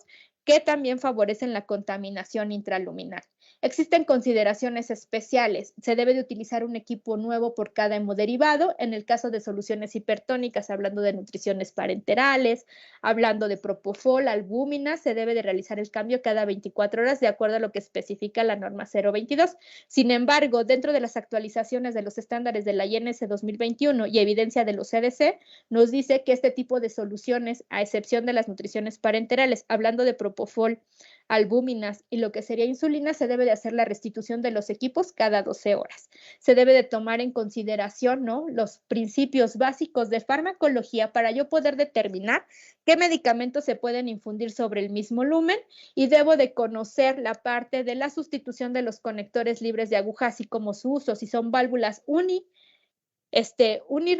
si son válvulas unilaterales o bidireccionales para la toma de muestras y la infusión de soluciones. Y obviamente el tiempo de permanencia, que regularmente está establecido, que debería de ser cada 72 horas su recambio junto con los sets de infusión. Sin embargo, casi el estándar, casi el estándar a nivel nacional es hacer el recambio cada 6 días con base al tiempo máximo de permanencia que emiten los laboratorios. Las recomendaciones para los usos de lúmenes en los pacientes con catéter venoso central, no existe una evidencia como tal en donde nos diga que por tal vía podemos infundir uno u otro medicamento. Aquí va a ir más con base a las necesidades y habilidad, ¿no?, por parte del clínico que está ejecutando el manejo y cuidado del paciente, y que obviamente también tenemos que tomar en consideración el tipo de fármaco que estemos infundiendo. Este es únicamente una sugerencia de cómo pudiese quedar la distribución de lo que serían las medicaciones, tanto base, medicaciones misceláneas y medicamentos, como lo serían las aminas, al momento de la distribución o asignación de las vías. Y también pues tenemos que considerar aquello, ¿no?, de las salidas de los lúmenes a nivel del torrente sanguíneo para buscar el objetivo, ¿no?, de tratamiento, como lo sería quizá una reanimación inmediata mediante el uso de aminas, que tendría que quedar por la línea proximal. Es importante considerar también la experiencia del clínico, ya que en ocasiones dejan conectados, por ejemplo, las aminas a nivel del lumen medial, como se sugiere aquí, y por el lumen proximal están pasando sedación o están pasando bolos de medicación. Puede ser que incluso sea contraproducente, en el sentido de que podemos impactar hemodinámicamente en el paciente, ¿no?, porque estamos enviando o acelerando la infusión de lo que estamos pasando por el lumen medial. Entonces, les digo, esta únicamente es una sugerencia en la cual pues es una evidencia de medicina crítica, mas sin embargo, insisto, debemos de basarnos más con base a las necesidades y los objetivos de tratamiento y las infusiones que estemos teniendo nosotros en cada una de nuestras unidades. Después, otro de los cuidados pues es durante el retiro del catéter. Regularmente, no sé, dependiendo sus instituciones, puede ser que lo ejecute el médico residente, el personal de clínica de catéter, o en ocasiones nos toca a nosotros personal de enfermería. Entonces, si nos llega a tocar a nosotros como personal de enfermería, es de vital importancia recordarles que los dispositivos intravasculares no se retiran si el paciente no se encuentra en un decúbito dorsal. Jamás se van a retirar si el paciente se encuentra en posición sedente, ya que aumentamos el riesgo de un embolismo aéreo que pudiese condicionar incluso la presencia de un evento cerebral vascular. Se debe de realizar previo al retiro una limpieza del sitio de inserción, como se venía realizando de manera ordinaria durante el mantenimiento del dispositivo. Se van a retirar los puntos de sutura, se hace ligera presión dependiendo la zona de ubicación del sitio de inserción. En el caso de la yugular, se debe de hacer de una forma no tan compresiva, ya que podemos favorecer un reflejo vasovagal. Se hace la compresión, se debe de mantener obstruido la zona del sitio de inserción para disminuir el riesgo de embolismo aéreo. Debemos de verificar la integridad del dispositivo intravascular. Debemos dejar cubierta la zona del sitio de inserción con un apósito oclusivo. Debemos de enseñarle al paciente, ¿no?, la recomendación ideal es que posterior al retiro el paciente todavía se mantenga hospitalizado 72 horas. Sin embargo, ¿no? A veces lo que se hace es retirarlo y inmediatamente el paciente se va de alta. El objetivo de hacer la vigilancia de 72 horas es ver si no hubo alguna complicación durante el retiro, específicamente datos que no se hayan manifestado signos clínicos específicos de embolismo aéreo, y también vigilar dentro de esas próximas 72 horas que no haya datos de infección en el sitio de inserción, el cual también se pudiese considerar como una bacteremia relacionada a catéter, porque se encuentra dentro de las primeras 72 horas posteriores al retiro, que son los periodos de incubación de los microorganismos. Y de acuerdo a los protocolos que tengan en sus instituciones, si el paciente tuvo datos clínicos sugestivos de una infección de torrente sanguíneo, se enviará el cultivo de punta, o en su defecto, pues el dispositivo se desecha a los desechos de RPBI. Otro de los cuidados, y esto creo que también es algo que el personal de enfermería pasamos mucho por alto, es saber con qué tipo de jeringa se van a manejar los dispositivos intravasculares. Y esto en el calibre de las jeringas es lo que genera mayor controversia, ¿no? Más cuando son pacientes pediátricos. Y también nunca falta con quien dices que mi catéter tenía resistencia, estaba tapado, ¿no? Porque esa es la frase, estaba tapado, no es tapado, estaba obstruido. Y utilizan jeringas de 1 mililitro y dicen, ay, se destapó. Pues sí, porque aumentamos los PCIs. Aquí también saber de catéter es conocer los principios básicos de la famosa ley de Pascal, principios de física. Entonces debemos de considerar, si se lo quieren grabar así, como un semáforo, nuestras jeringas. Regularmente las jeringas que nosotros utilizamos son de un barril relativamente estrecho, ¿no? No son muy anchas. Entonces se manejan por presiones. Los PCIs van a ser, si lo buscan, van a ver mayor alusión hacia la parte de lo que es la presión atmosférica en relación hacia la presión que se genera en los neumáticos de los carros. Sin embargo, también dentro de terapia de infusión se manejan por PCIs, lo que serían las jeringas y los inyectores. Entonces, la que generaría mayor riesgo de presión o mayor presión en la zona intraluminal, que incluso, de acuerdo también a la calidad del catéter, pudiésemos fracturarlo, son las jeringas de 1 y 3 mililitros, que nos van a generar una presión de aproximadamente 300 PCIs. Entonces, en el caso de los catéteres, hablándolo de los dispositivos SIG y los FIG, que son catéteres de 20 centímetros, el ideal o el estándar de manejo van a ser las jeringas de 10 mililitros. Ya en su defecto, pues si no tenemos, van a ser jeringas de 5 mililitros que me van a dar un 57 PCI, es decir, no va a ser tanta la presión que se va a ejercer en la parte intraluminal.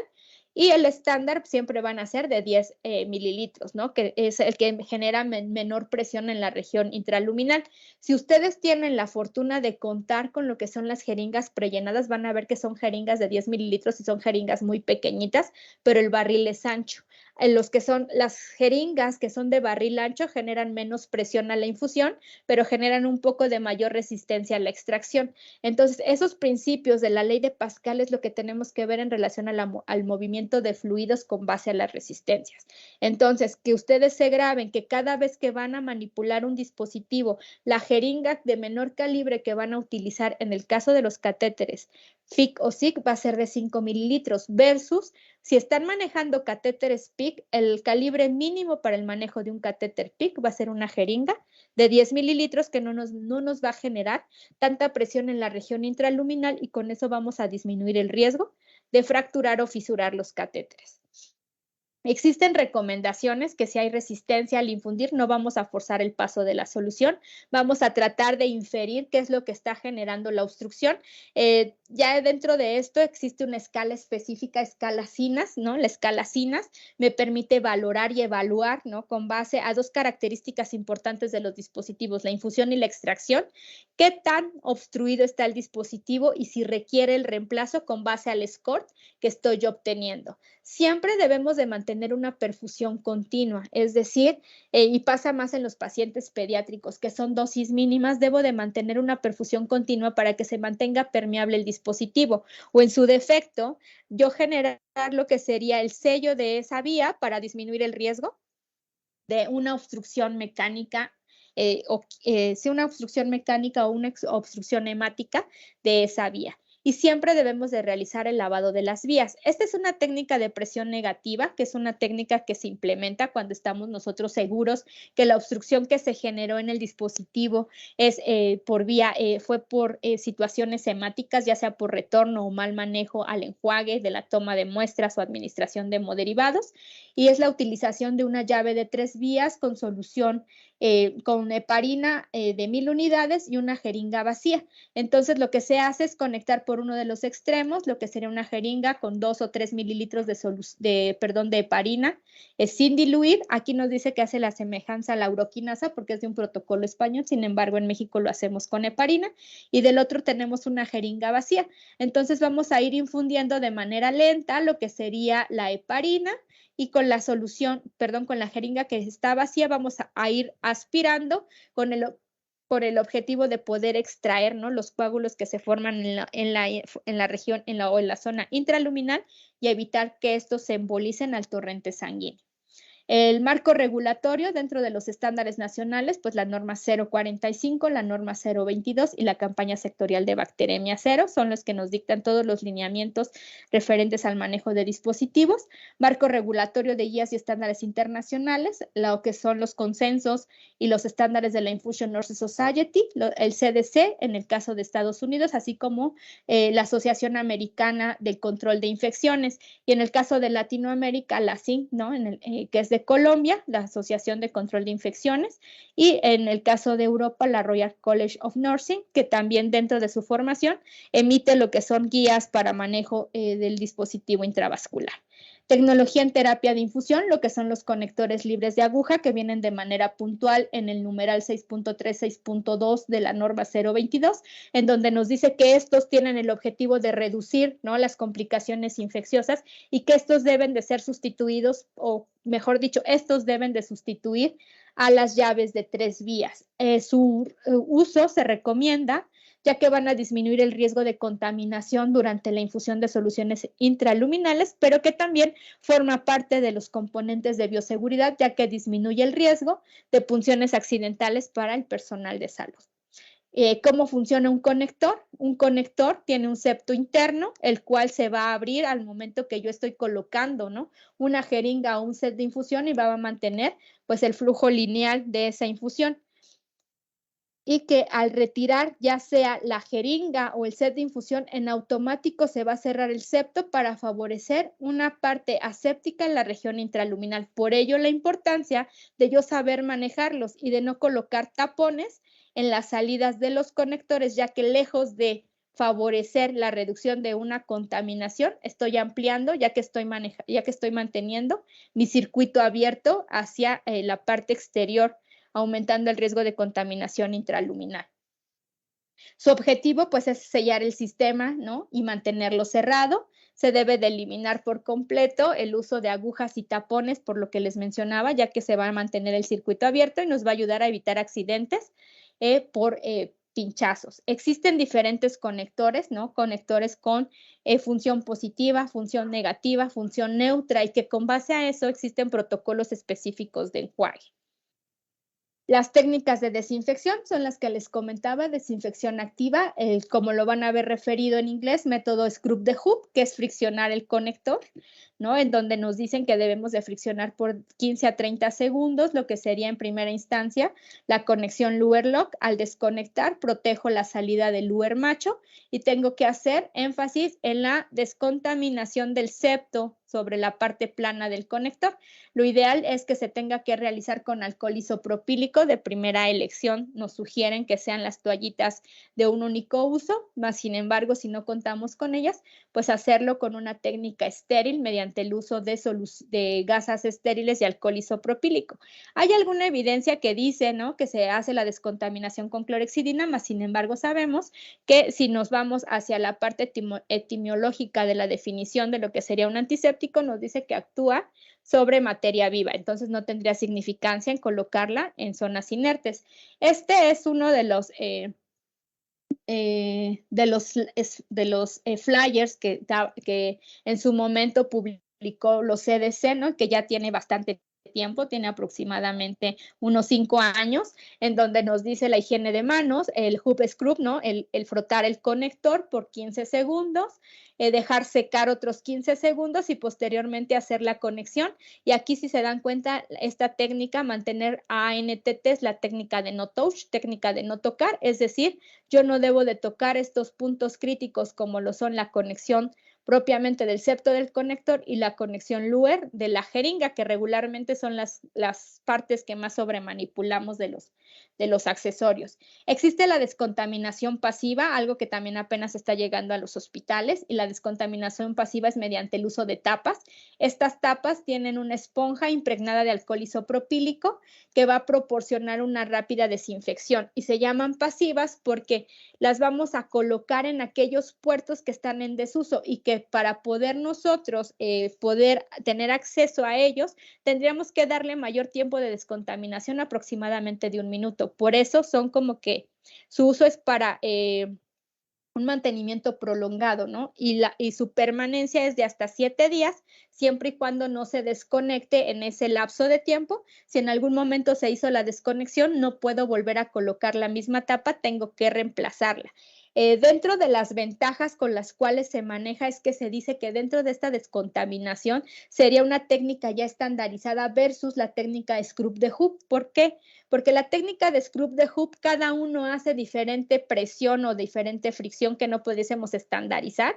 ¿Cuánta presión estás haciendo al momento de la descontaminación? Versus a la tapa, que única y exclusivamente se va a conectar y es la misma presión o la misma disposición de solución de descontaminación para poder estandarizarla. También se le considera un indicador visual para el cumplimiento del protocolo en relación a la descontaminación pasiva y que me puede decir que mi conector se encuentra totalmente limpio. Es importante mencionarles que debe de aplicarse sobre un conector como se observa en la imagen. Lo que se hace se enrosca, si se dan cuenta no tiene un septo o un split septo que abra la vía, sino única y exclusivamente tiene contacto la almohadilla con la superficie plana del septo del conector para favorecer su descontaminación. Estas son las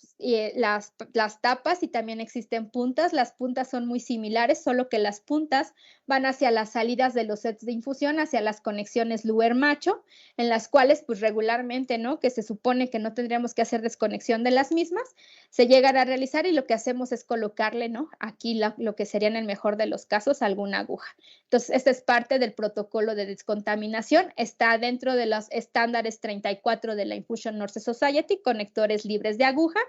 va en donde nos hace alusión del impacto de la reducción de la infección del torrente sanguíneo. El SHIA y los ITSA en Estados Unidos también hacen alusión hacia la parte epidemiológica en la reducción de infecciones del torrente sanguíneo y en donde pues hace una reducción en el incremento de los costos, ¿no? Vinculado hacia la parte de comparación de una infección del torrente sanguíneo, y esta es una técnica que se viene a implementar en estándares 2021. Técnica séptica sin contacto, que es la técnica ANTT, la vamos a ver general, en donde es un conjunto de técnicas orientadas a la prevención de infecciones y destinadas a proteger a los pacientes durante procedimientos clínicos y manejo de dispositivos médicos. Esta se va a implementar al momento de la inserción, retiro de dispositivos médicos permanentes, incluidos todos los dispositivos de acceso vascular, manejo y manipulación de dispositivos médicos permanentes y en la administración de medicamentos o infusiones. Y lo que sería la piedra angular siempre va a ser la higiene de manos antes, durante y después de todos los procedimientos clínicos. La técnica de no tocar tiene dos situaciones importantes. Los sitios clave, que son todas las puertas de entrada al paciente, en donde es el sitio de entrada del dispositivo, los sitios de inyección y en el dado caso de que presentara alguna lesión a nivel de la región pericatéter. Y las partes clave harían alusión a todas las situaciones o a todo lo referente de los sets de infusión que pueden ser que se contaminaran, ¿no? Que son potencialmente contaminables y que al contaminarse muy posiblemente generen una contaminación del torrente sanguíneo del paciente, entre las cuales identificamos las puntas de las jeringas, los extremos de los Luer-Macho, las bayonetas, ¿no? y las puntas del equipo de administración, que regularmente si ustedes hacen alusión o hacen un recordatorio, cuando abrimos los sets tienen que ser con técnica estéril y todos tienen capuchones de protección, y lo primero que hacemos en automático es botar esos capuchones. Si yo boto esos capuchones antes de que sea necesario para poder acceder a la solución, ya se consideraría contaminado con base a la técnica de no tocar. Y pues eso sería todo de mi parte. Les digo, es un tema muy amplio, ¿no? Técnica de no tocar incluso es para una sola sesión, la bibliografía, y pues agradezco su atención. No sé si tengan alguna duda o alguna pregunta referente a la sesión del día de hoy. Gracias, licenciada Lorena. Con gusto le hago llegar las preguntas que tenemos. Muchas gracias. Sí, la licenciada Sandra Galicia Merino nos dice, disculpe, tengo una duda. ¿En una línea media se puede transfundir paquete eritrocitario cuando se está pasando norepinefrina en infusión en la misma vía? Sí se puede, dentro, o sea, aquí es la parte también del manejo del paciente crítico, ¿no? Y te voy a poner el ejemplo de nosotros, paciente gran quemado. Si bien es cierto, nos apegamos a la normativa de manejo de hemoderivados, dice que tenemos que suspender todas las infusiones con el objetivo de identificar alguna reacción adversa vinculada a lo que sería el paquete globular o al hemodiderivado. En ocasiones las situaciones de los pacientes no nos permite detener las infusiones. Entonces puedes realizarlo siempre y cuando tú debes de tener la precaución de que la sangre no contamine el resto de los equipos de infusión. Generalmente no se recomienda, como tú dices, en la misma vía, los equipos de línea media o los catéteres